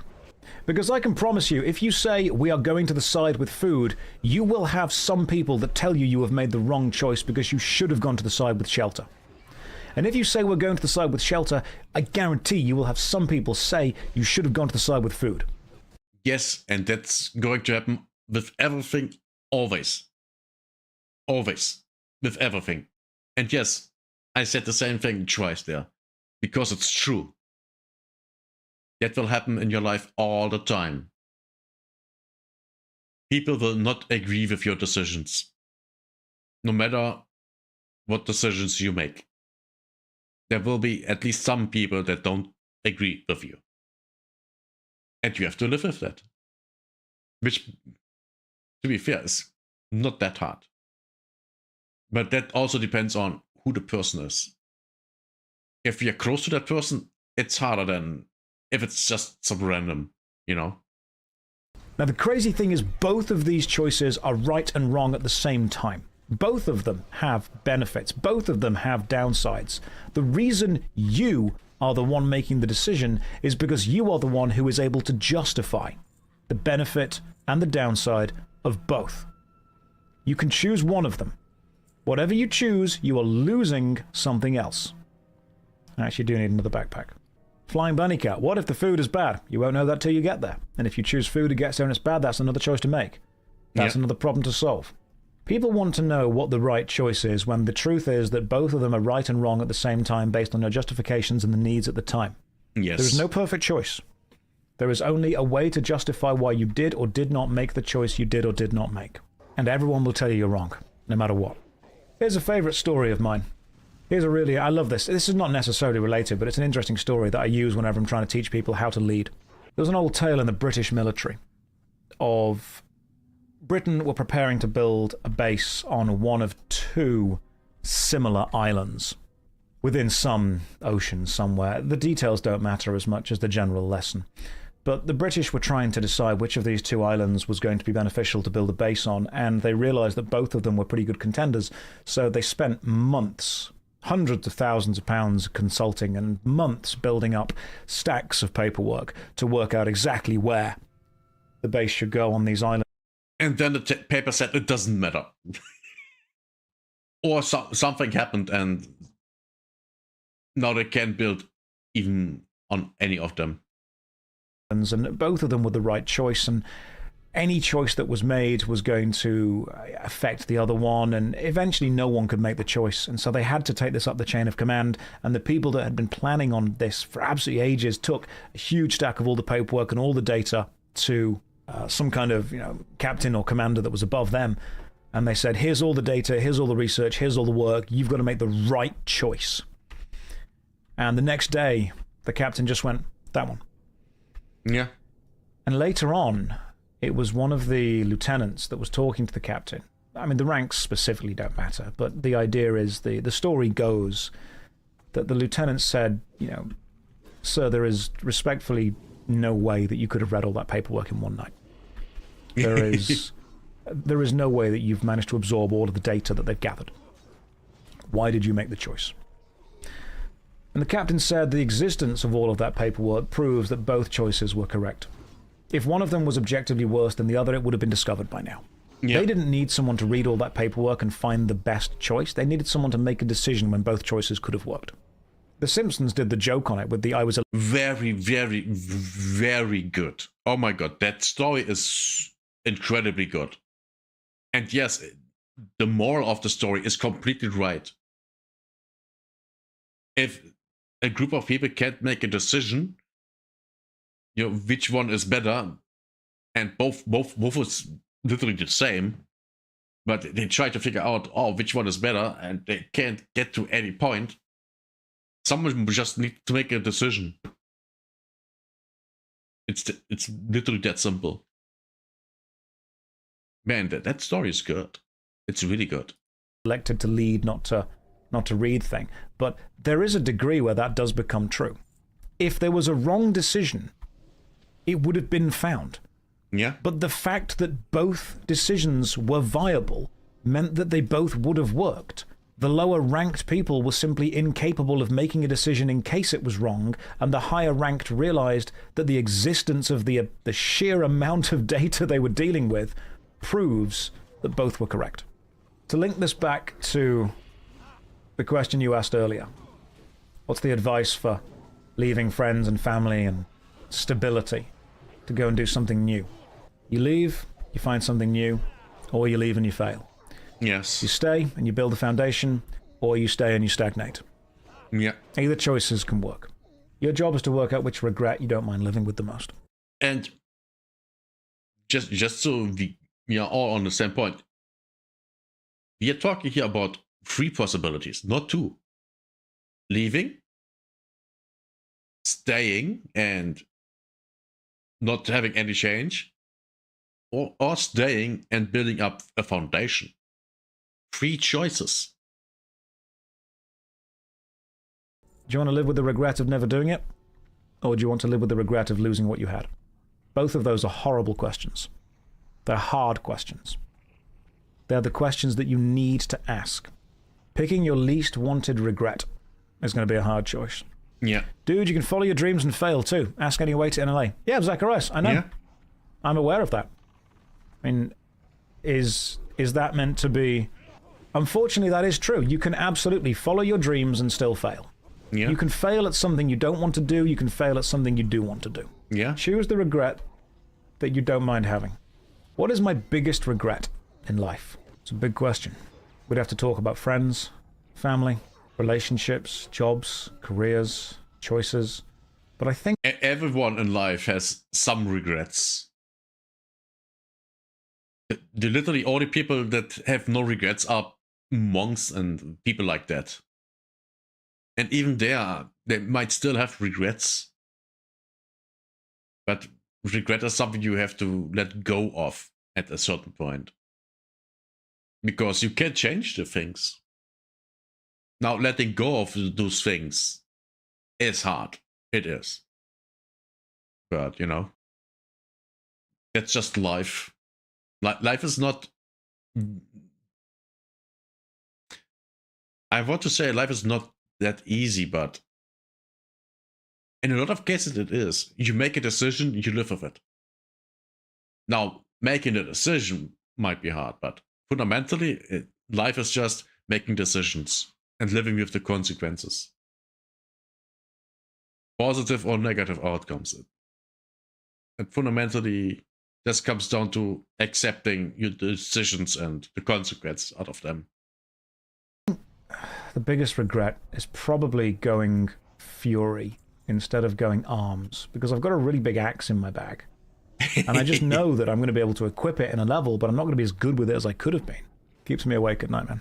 I don't have a huge amount of time to think about the regrets that I have, because I do instead have a huge amount of stuff that I'm currently still doing. When I've got some free time, I'll spend it thinking about regrets. Until then, I'm going to work on the projects I'm focused on. Do they have dual spec in Classic? Yes, they do. Yeah, not good time to worry about the biggest regret. I've probably not even made it yet. Got to keep making more. Remember that every time you risk having a regret, it's because you've made a choice that could make a large impact. Yeah. And that is scary, but also potentially extremely important to your life. Regret's your brain telling you not to do it again. And you can find solace in the fact you've done it once. I don't make mistakes twice. I make them 4 or 5 times to be absolutely sure they are definitely a mistake. Which keyboard do I have? I have the 10-poundest keyboard from Argos that is wired. I have the most basic Logitech keyboard you could possibly get. And it's better than the Logitech keyboard that I have, most likely. But it was good when it was functioning properly. And yes, my keyboard is not functioning properly. If this keyboard were any more basic, it would be a typewriter. Peak gamer keyboard. People are like, oh, you need RGB. No, you don't. No. You need mechanical keys. No, you don't. You need to have it customized with keybinds. No, you don't. What you need is the most boring injection molded black plastic keyboard you can get. Yeah, he's right. He is right about a lot of things. In 2020, a lot of things. If you, well, after a philosophical video like that, let me know in the comments what you think. Is he right with his things? Am I right with my things? Which are literally the same things. And if you want to see more stuff like this, react videos, you know, subscribe, like, and see you next time. Bye bye. Now that was anticlimactic.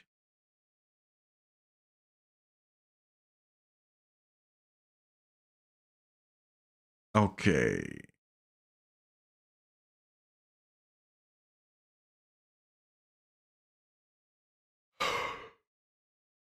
What do we do now?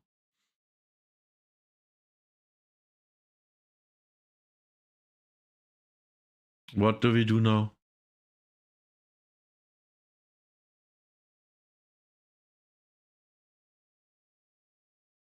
Huh. Actually...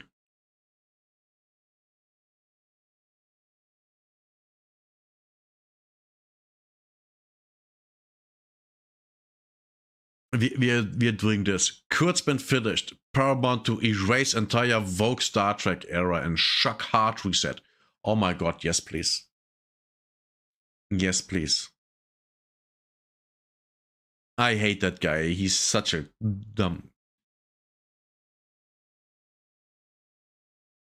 Let's not get overboard here. All of Hollywood needs to purge. Yes. Yes. Replaced. Erased.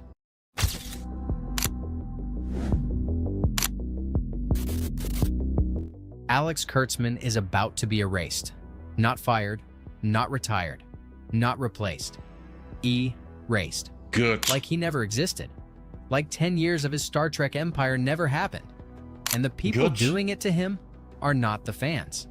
Not the angry critics, not the YouTubers. The people doing it to him are sitting in his own building. Paramount Skydance, the new owners, the new bosses. And according to multiple Hollywood... Wait, new bosses? Oh my god, thank god. Thank god. The old bosses seemingly sucked. I mean, how can you destroy Star Trek? It's the same as how can you destroy Star Wars? You can't destroy it unless you try. And they literally tried to destroy it and they succeeded. Sources who have been talking to insiders for months now, the plan is already in motion. Kurtzman's contract expires at the end of this year. And when it does, Paramount is going to do something that has never been done in the history of Star Trek. They are going to pretend the entire Kurtzman era never happened. Good. Discovery gone. Picard gone. Section 31 gone. Starfleet Academy gone. The Romulan supernova gone. The Borg twist gone.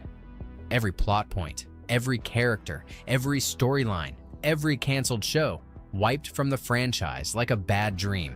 And in its place, a completely new Star Trek, built from scratch by a new man with a new vision, and not a single drop of Alex Kurtzman's DNA anywhere near it. This is not a rumor anymore. This is happening. And what I am about to tell you is going to make every Trek fan in the world stand up and cheer. Because the Kurtzman era is not just ending, it is being executed. Let me back up, because the way this story is leaking out is honestly cinematic. About a month ago, a YouTube show called Tachyon Pulse Podcast started dropping insider information about Paramount Skydance's secret plans for Star Trek. At first, nobody took it seriously, just another fan channel speculating. Oh my God. But then the details started getting more and more specific. And then other sources started confirming pieces of it. The Hollywood Reporter, Variety, Puck News, quietly, separately, all of them dropping little fragments that lined up perfectly with. So, just so you guys know where I stand here, I stopped watching Star Trek Discovery, the STD, on episode 3, 50 minutes in. I just couldn't take it anymore. It was that stupid. And I haven't watched any Star Trek, any new Star Trek since then, because everything I have seen, every trailer, everyone reviewing it that, you know, actually likes Star Trek, said that it's bad. And every snippet of the shows that I have seen were just bad. Everything was just bad.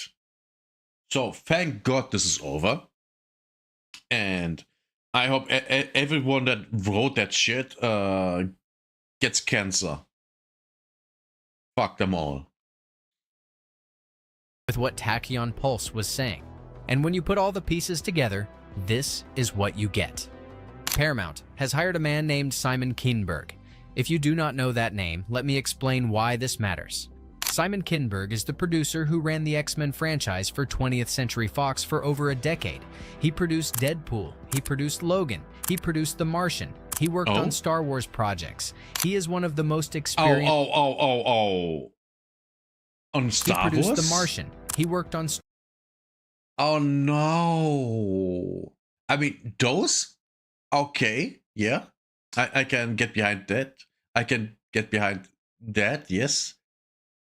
But this year, no. If he worked on the new stuff, then no. If he worked on the Disney stuff, then no. Star Wars projects. He is one of the most experienced franchise architects in Hollywood, and Paramount just handed him the keys to Star Trek with one condition: erase everything Kurtzman touched. Build it from zero. Pretend the last 10 years did not happen. That is the deal. That is the contract. That is the marching order from the new bosses at Paramount Skydance. Here is what the leaked plan actually looks like. Paramount wants 3 new Star Trek films, a trilogy, mapped out from start to finish before a single frame is even shot. That can work. Why do I say that? Because it worked for the old Star Wars movies. Now the old Star Trek movies, they were just one story, one movie. And that was fine. That was completely fine. Would be fine today too. Now that these guys go and do, we do a Star Trek and we do 3 movies. They are all connected to each other. This might be good. Now, hear me out. A complete new Enterprise crew, or even something else in the Star Trek universe. I don't even care. I have actually ideas for that. How about these 3 movies play at the beginning and the middle and the end of the Dominion War, and it's literally an action movie in Star Trek, but it has a purpose why it's an action movie in Star Trek, because it's literally a joint a joint forces movie of the Federation, the Klingons, and the Romulans. All on one they're literally special forces of all three on one ship that go and do special operations. Something like that. That could be fantastic. It could be fantastic if you know how the cultures work and the races and all interact with each other. That could be phenomenally good. Now, will they do that? I don't think so. Because they probably didn't think about that, but and maybe I should make a video about my idea. Maybe I should do that. Maybe I should do that. Man, but yeah, I think that can work. That, you know, 3 movies connected to each other, and the story being worked out before you even film the first one. Yes, thank you. Good. I'm looking forward to that. The first film is targeted for Christmas 2027. Wow. Or maybe early 2028, right after the current batch of Kurtzman shows finishes airing and the contract officially expires. The trilogy is being internally called Star Trek Origins. It will be set after the events of Enterprise but before the original series. A period of Federation history that has barely been explored. New characters. Okay, Now I'm in. But please no time travel. Please no time travel. But I'm in. I'm in on the general concept. I am in on the general concept. And guess what? We get a new Enterprise. New toys to sell. And oh my god. I hope they get good actors. And I hope they don't go full cliche. Again, that would be bad. Really bad. Characters, new ships, new conflicts, new everything. And here's the part that is going to make Trek fans lose their minds. Sources say Paramount executives told Kindberg and his team in a closed-door meeting that this movie marks, quote, the beginning of something new, end quote. Thank God. They said it will serve as, quote, the line that separates future Star Trek from everything Kurtzman and Secret Hideout produced. Oh, end thank quote. God. Read that again. The line that separates future Star Trek from Kurtzman. That is corporate language for, we are deleting him from the family photo. That is what executives say when they have decided that an entire era of a franchise was a mistake and they want a clean break. There is no diplomatic way to interpret that quote. Paramount looked at 10 years of Discovery, Picard, Section 31, Lower Decks, Prodigy, and Starfleet Academy. They added up the cancellations. They counted the angry fans. They looked at the 85% rejection rate of Starfleet Academy Season 2. Wow. And they made a decision. Burn it all. Start over. Pretend it never happened. Now, here is why Simon Kinberg is the perfect man for this job, and why his hiring is even more humiliating for Kurtzman than it already sounds. Oh, here it comes. Kinberg is everything Kurtzman is not. Kinberg actually has hits. Real money-making audience. Oh, that must hurt. Wait, so you're telling me that Kurtzman never had a hit? He never did anything that was successful? Why was he hired in the first place? If he never had a hit, why was he hired? It must be corruption. Loved hits. The Deadpool movies grossed over $2 billion combined. Logan made nearly $600 million. The X-Men franchise under his leadership made tens of billions. He knows how to build a franchise that audiences actually want to watch. Compare that to Kurtzman. Discovery canceled. Picard canceled. Section 31, a streaming flop. Lower Decks canceled. Prodigy canceled. Starfleet Academy canceled before Season 2 even aired. The man's batting average is so bad that if he was a baseball player, he would have been cut from the team in his first season. And now, Paramount is bringing in the X-Men guy, the Deadpool guy, the Logan guy, to replace him. And not just replace him, erase him. Go back in time and pretend his 10 years of failure never even happened. Sources say Paramount specifically does not want to negotiate with Kurtzman's company, Secret Hideout, Oh. for any of the characters or storylines they created. Why? Oh. Because Secret Hideout owns the rights to a lot of that stuff. Discovery's Burnham, Picard's Android storyline, the Section 31 mythology, Oh my all of God. it has Secret Hideout fingerprints on it. And Paramount has decided they would rather walk away from all of it than pay Kurtzman's company. Yeah, do it yourself. Don't pay another company to do it. Do it yourself. Have all the control. Do that. Oh my God. Please don't be incompetent. Another dollar. They are willing to throw away 10 years of canon just to get away from him. That is how badly they want him gone. Yeah. That is how much they regret hiring him in the first place. And that's how bad the reputation for Star Trek got. Again, where I come from, I'm watching Star Trek since my early childhood. I watched Star Trek and Star Wars, not realizing they were different things. I was that young that I could tell what is what, there's a difference at all. Before I even went to elementary school, I watched that stuff. And I'm now in my 40s. I'm almost in my mid-40s now.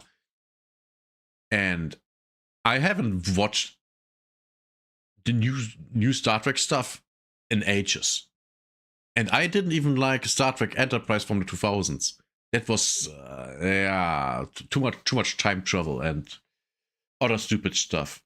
So, yeah. But all the new stuff I don't like. It's just not good. It's that simple. It's just trash. What we are talking about here is a corporate year zero. And if you do not know what year zero means, let me explain. In totalitarian regimes, when a new leader takes over and wants to completely wipe out the previous era, they declare a year zero. They erase the calendar. They erase the history books. They pretend everything that came before did not happen. Wow. They start counting from one again. That is exactly what Paramount Skydance is doing to Star Trek. They are declaring corporate year zero. Wow. The Kurtzman decade is being deleted from the franchise calendar. Discovery, year -10. Erased. Picard, year -8. Erased. Starfleet Academy, year -1. Erased. Year 1 starts when Simon Kinberg's first movie hits theaters. Everything before that does not count anymore. And the production move tells you everything. Sources say Paramount is shifting. Well, I hope that the old Star Trek still counts. Next, the original series, TNG, Deep Space Nine, Voyager. I hope that still counts. Because that's what everyone grew up with. So, yeah. I really hope so. All future Star Trek production from Kurtzman's secret hideout offices in Santa Monica to Pinewood Studios in Toronto. Why Toronto? 2 reasons. First, the sets are already there from previous Trek productions. Cheaper to reuse them than build new ones. Second, and this is the big one, Toronto is 3,000 miles away from Santa Monica. From Kurtzman's office, from his writer's room, from his fingerprints. Paramount is physically moving the production away from him. Out of his city, out of his time zone, out of his reach. Oh boy. That is not just a budget decision. They really That hate is a that guy. divorce.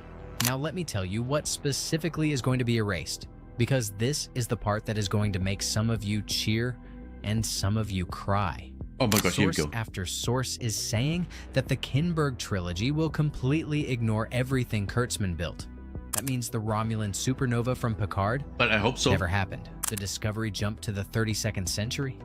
Never happened. The Section 31 Black Ops mythology? Never happened. The Good. Borg twist from Picard Season 3? Never happened. Good. Holly Hunter as Captain Nala Ake on Starfleet Academy? Fuck that Never bitch. happened. Kareem DNA as a gay Klingon? Never happened. The Cadets, the Athena, the entire Academy storyline? All of it. Wiped. Good. Pretend it never existed. Good. The new movies will treat Star Trek the way Christopher Nolan treated Batman after the Joel Schumacher era. Just start over. Go back to the source. Forget the embarrassment, build something the audience actually wants. And here is the rumor that has not been confirmed yet. Wait. Paramount is pivoting toward a full reset of the Star Trek film franchise, moving away from the Kelvin timeline crew. Okay, yeah, that's 100%. And prioritizing new independent projects. A new film written, directed by Jonathan Goldstein and John Francis Delay is taking priority, aiming for a completely new take that is disconnected from existing TV shows or movies. I think that includes the old, like the old Star Trek shows too, and movies, which I'm not a fan of. To be fair, I'm not a fan of that. Everybody in the Trek community is whispering about. Sources say Paramount is also considering wiping out Strange New Worlds canon when it comes to the new films. Even though Strange New Worlds is the one Kurtzman show that fans actually like, because it is still a Kurtzman show. It still has secret hideout fingerprints on it, and Paramount apparently wants a clean break. Not a partial one, total reset, total erasure, total year zero. If that turns out to be true, it means the only Star Trek that survives the Kurtzman purge will be the OL'd stuff. The original series, The Next Generation, Deep Space Nine, Voyager, Enterprise, everything that... Yes! Yes, exactly what I wanted. Yes! Oh my god, I love it. Oh my god, imagine that. A huge company doing something good. Oh, we didn't have that happen in ages. Oh, yeah. It's the smell of victory. The smell of victory and good things to come. Oh my god. I'm getting excited for Star Trek again. Oh, that's so good. I love it. Now, what they might want to consider is going to old fan projects, because there were old fan projects, literally fans making their own Star Trek movies, and, you know, hey, how about we make that into a official thing? Now, that would be something. Now, will that happen? No, of course not. But they could, but they won't. Came before 2017, the pre-Kurtzman canon, the good stuff, and Kurtzman. Kurtzman knows. He has to know. And his recent behavior is the proof. 3 weeks ago, he sat down for an interview with TrekMovie.com. The interview was supposed to be about the future of Star Trek, about new shows, about what comes next. And he has nothing to say. What did Kurtzman talk about? He talked about, quote, 10,000 hoses. He laughed nervously. He used the word, quote, support 4 different times. He said specific shows had been, quote, discussed, not greenlit, not commissioned, discussed. He sounded like a man who had just been told that nothing he proposed was going to happen, and now he had to go on camera and pretend everything was fine.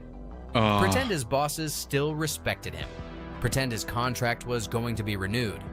Pretend the Kinberg rumor was not true. But the rumor is true. The leak is real. The signs are everywhere.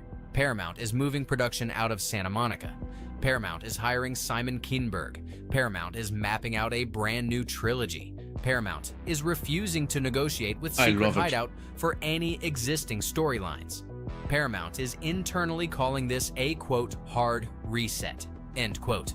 And Alex Kurtzman, the man who has controlled Star Trek for 10 years, is sitting in his Santa Monica office watching it all happen in slow motion. He is not in those meetings. He is not on the email chains. He is not part of the planning. He is the past. And the past is being deleted. Wonderful. So what does this all mean? It means that for the first time in 10 years, there is real, honest hope for Star Trek. Not the fake hope of, oh, maybe the next show will be good. Not the desperate hope of, oh, maybe Strange New Worlds will save the franchise. Real hope. Man, now I wanna go on Amazon and buy me the TNG Blu-ray or DVD box. Oh, man. I want to watch some Star Trek. Oh my god. Yeah. It would be so good. Lovely. Kind of hope that comes when you realize the people destroying the thing you love are about to be removed from the building. By force. By corporate decision. By the cold math of a new boss who looked at the spreadsheets and realized he had inherited a disaster. David Ellison and the Skydance team did not buy Paramount to keep Alex Kurtzman in charge of Star Trek. They bought Paramount to make money. And the only way Star Trek makes money again is if you delete the era that lost it billions. Yeah. That is what Simon Kinberg represents. He represents the deletion. He represents the reset. He represents the moment in 2027, or maybe early 2028, when a brand new Star Trek movie hits theaters and a whole generation of fans gets to feel that thing they have not felt in a decade. The thing they used to feel when they watched The Wrath of Khan. The thing they used to feel when they watched First Contact. The thing they used to feel when Picard said, "Make it so." That feeling. That excitement. Yes. That love. It is coming back. And Alex Kurtzman is not going to be anywhere near it, so... Well, yeah, because he can't make anything good. Drop a comment with what you think Paramount should erase first. Discovery? Picard? Section 31? All of it? And if you want to be here when the official announcement... Well, of course, all of it, because that's what they are doing. The entire video was about literally that. drops, hit that subscribe button. Because CineWire is going to be the first channel to break the news when Paramount finally makes it official. The Kurtzman era is dying. The year zero is coming. And we are going to be here when it happens. Wait, did I, what? Did I just see that? Go back. Did I just, this was from 4 weeks ago. I saw something. Cancelled. So what happened? Is it official now? Here's the video that I saw. It's here. Here is it. Just confirmed. New Star Trek movie officially announced at CinemaCon. As Kurtzman era dies. Oh my.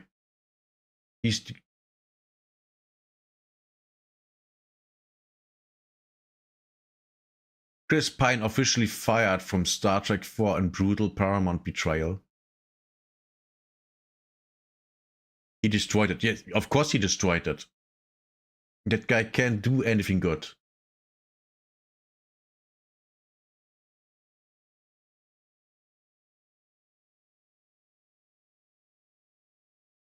Star Trek 4 officially dead. As Paramount Bros. Chris... Yeah, we already... Okay. I guess I just saw something and it wasn't real. Should worry me. Yeah, that was a great video. A great video. Oh my god. Yeah, I'm so looking forward to... Well, maybe I can see it here. Okay, it's Star Trek 4 official dead. Okay, yeah. Beef. Okay, man, I'm so looking forward to the new movie. Oh my god. I might actually go and watch it in theaters if it's good. I will have, I will wait until reviews are in from people that I trust, that to like Star Trek. Actual Star Trek, not the Kurtzman stuff, because that's not Star Trek. That's just gay propaganda. And with that, we are at the end of the video. If you want to see more of this stuff, subscribe, like, and, let me know in the comments what you think about all of this. I think it's amazing. And with that, I'll see you next time. Bye-bye. That's the end of the next video. For how long am I streaming? 4 hours.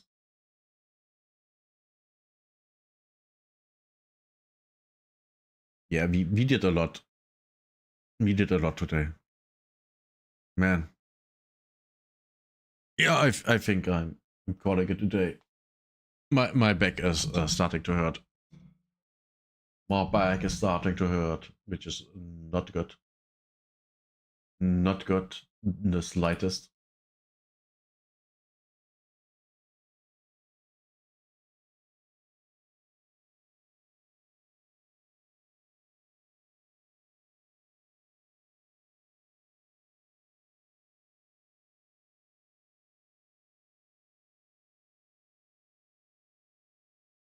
So, Jesus, I got distracted by a message.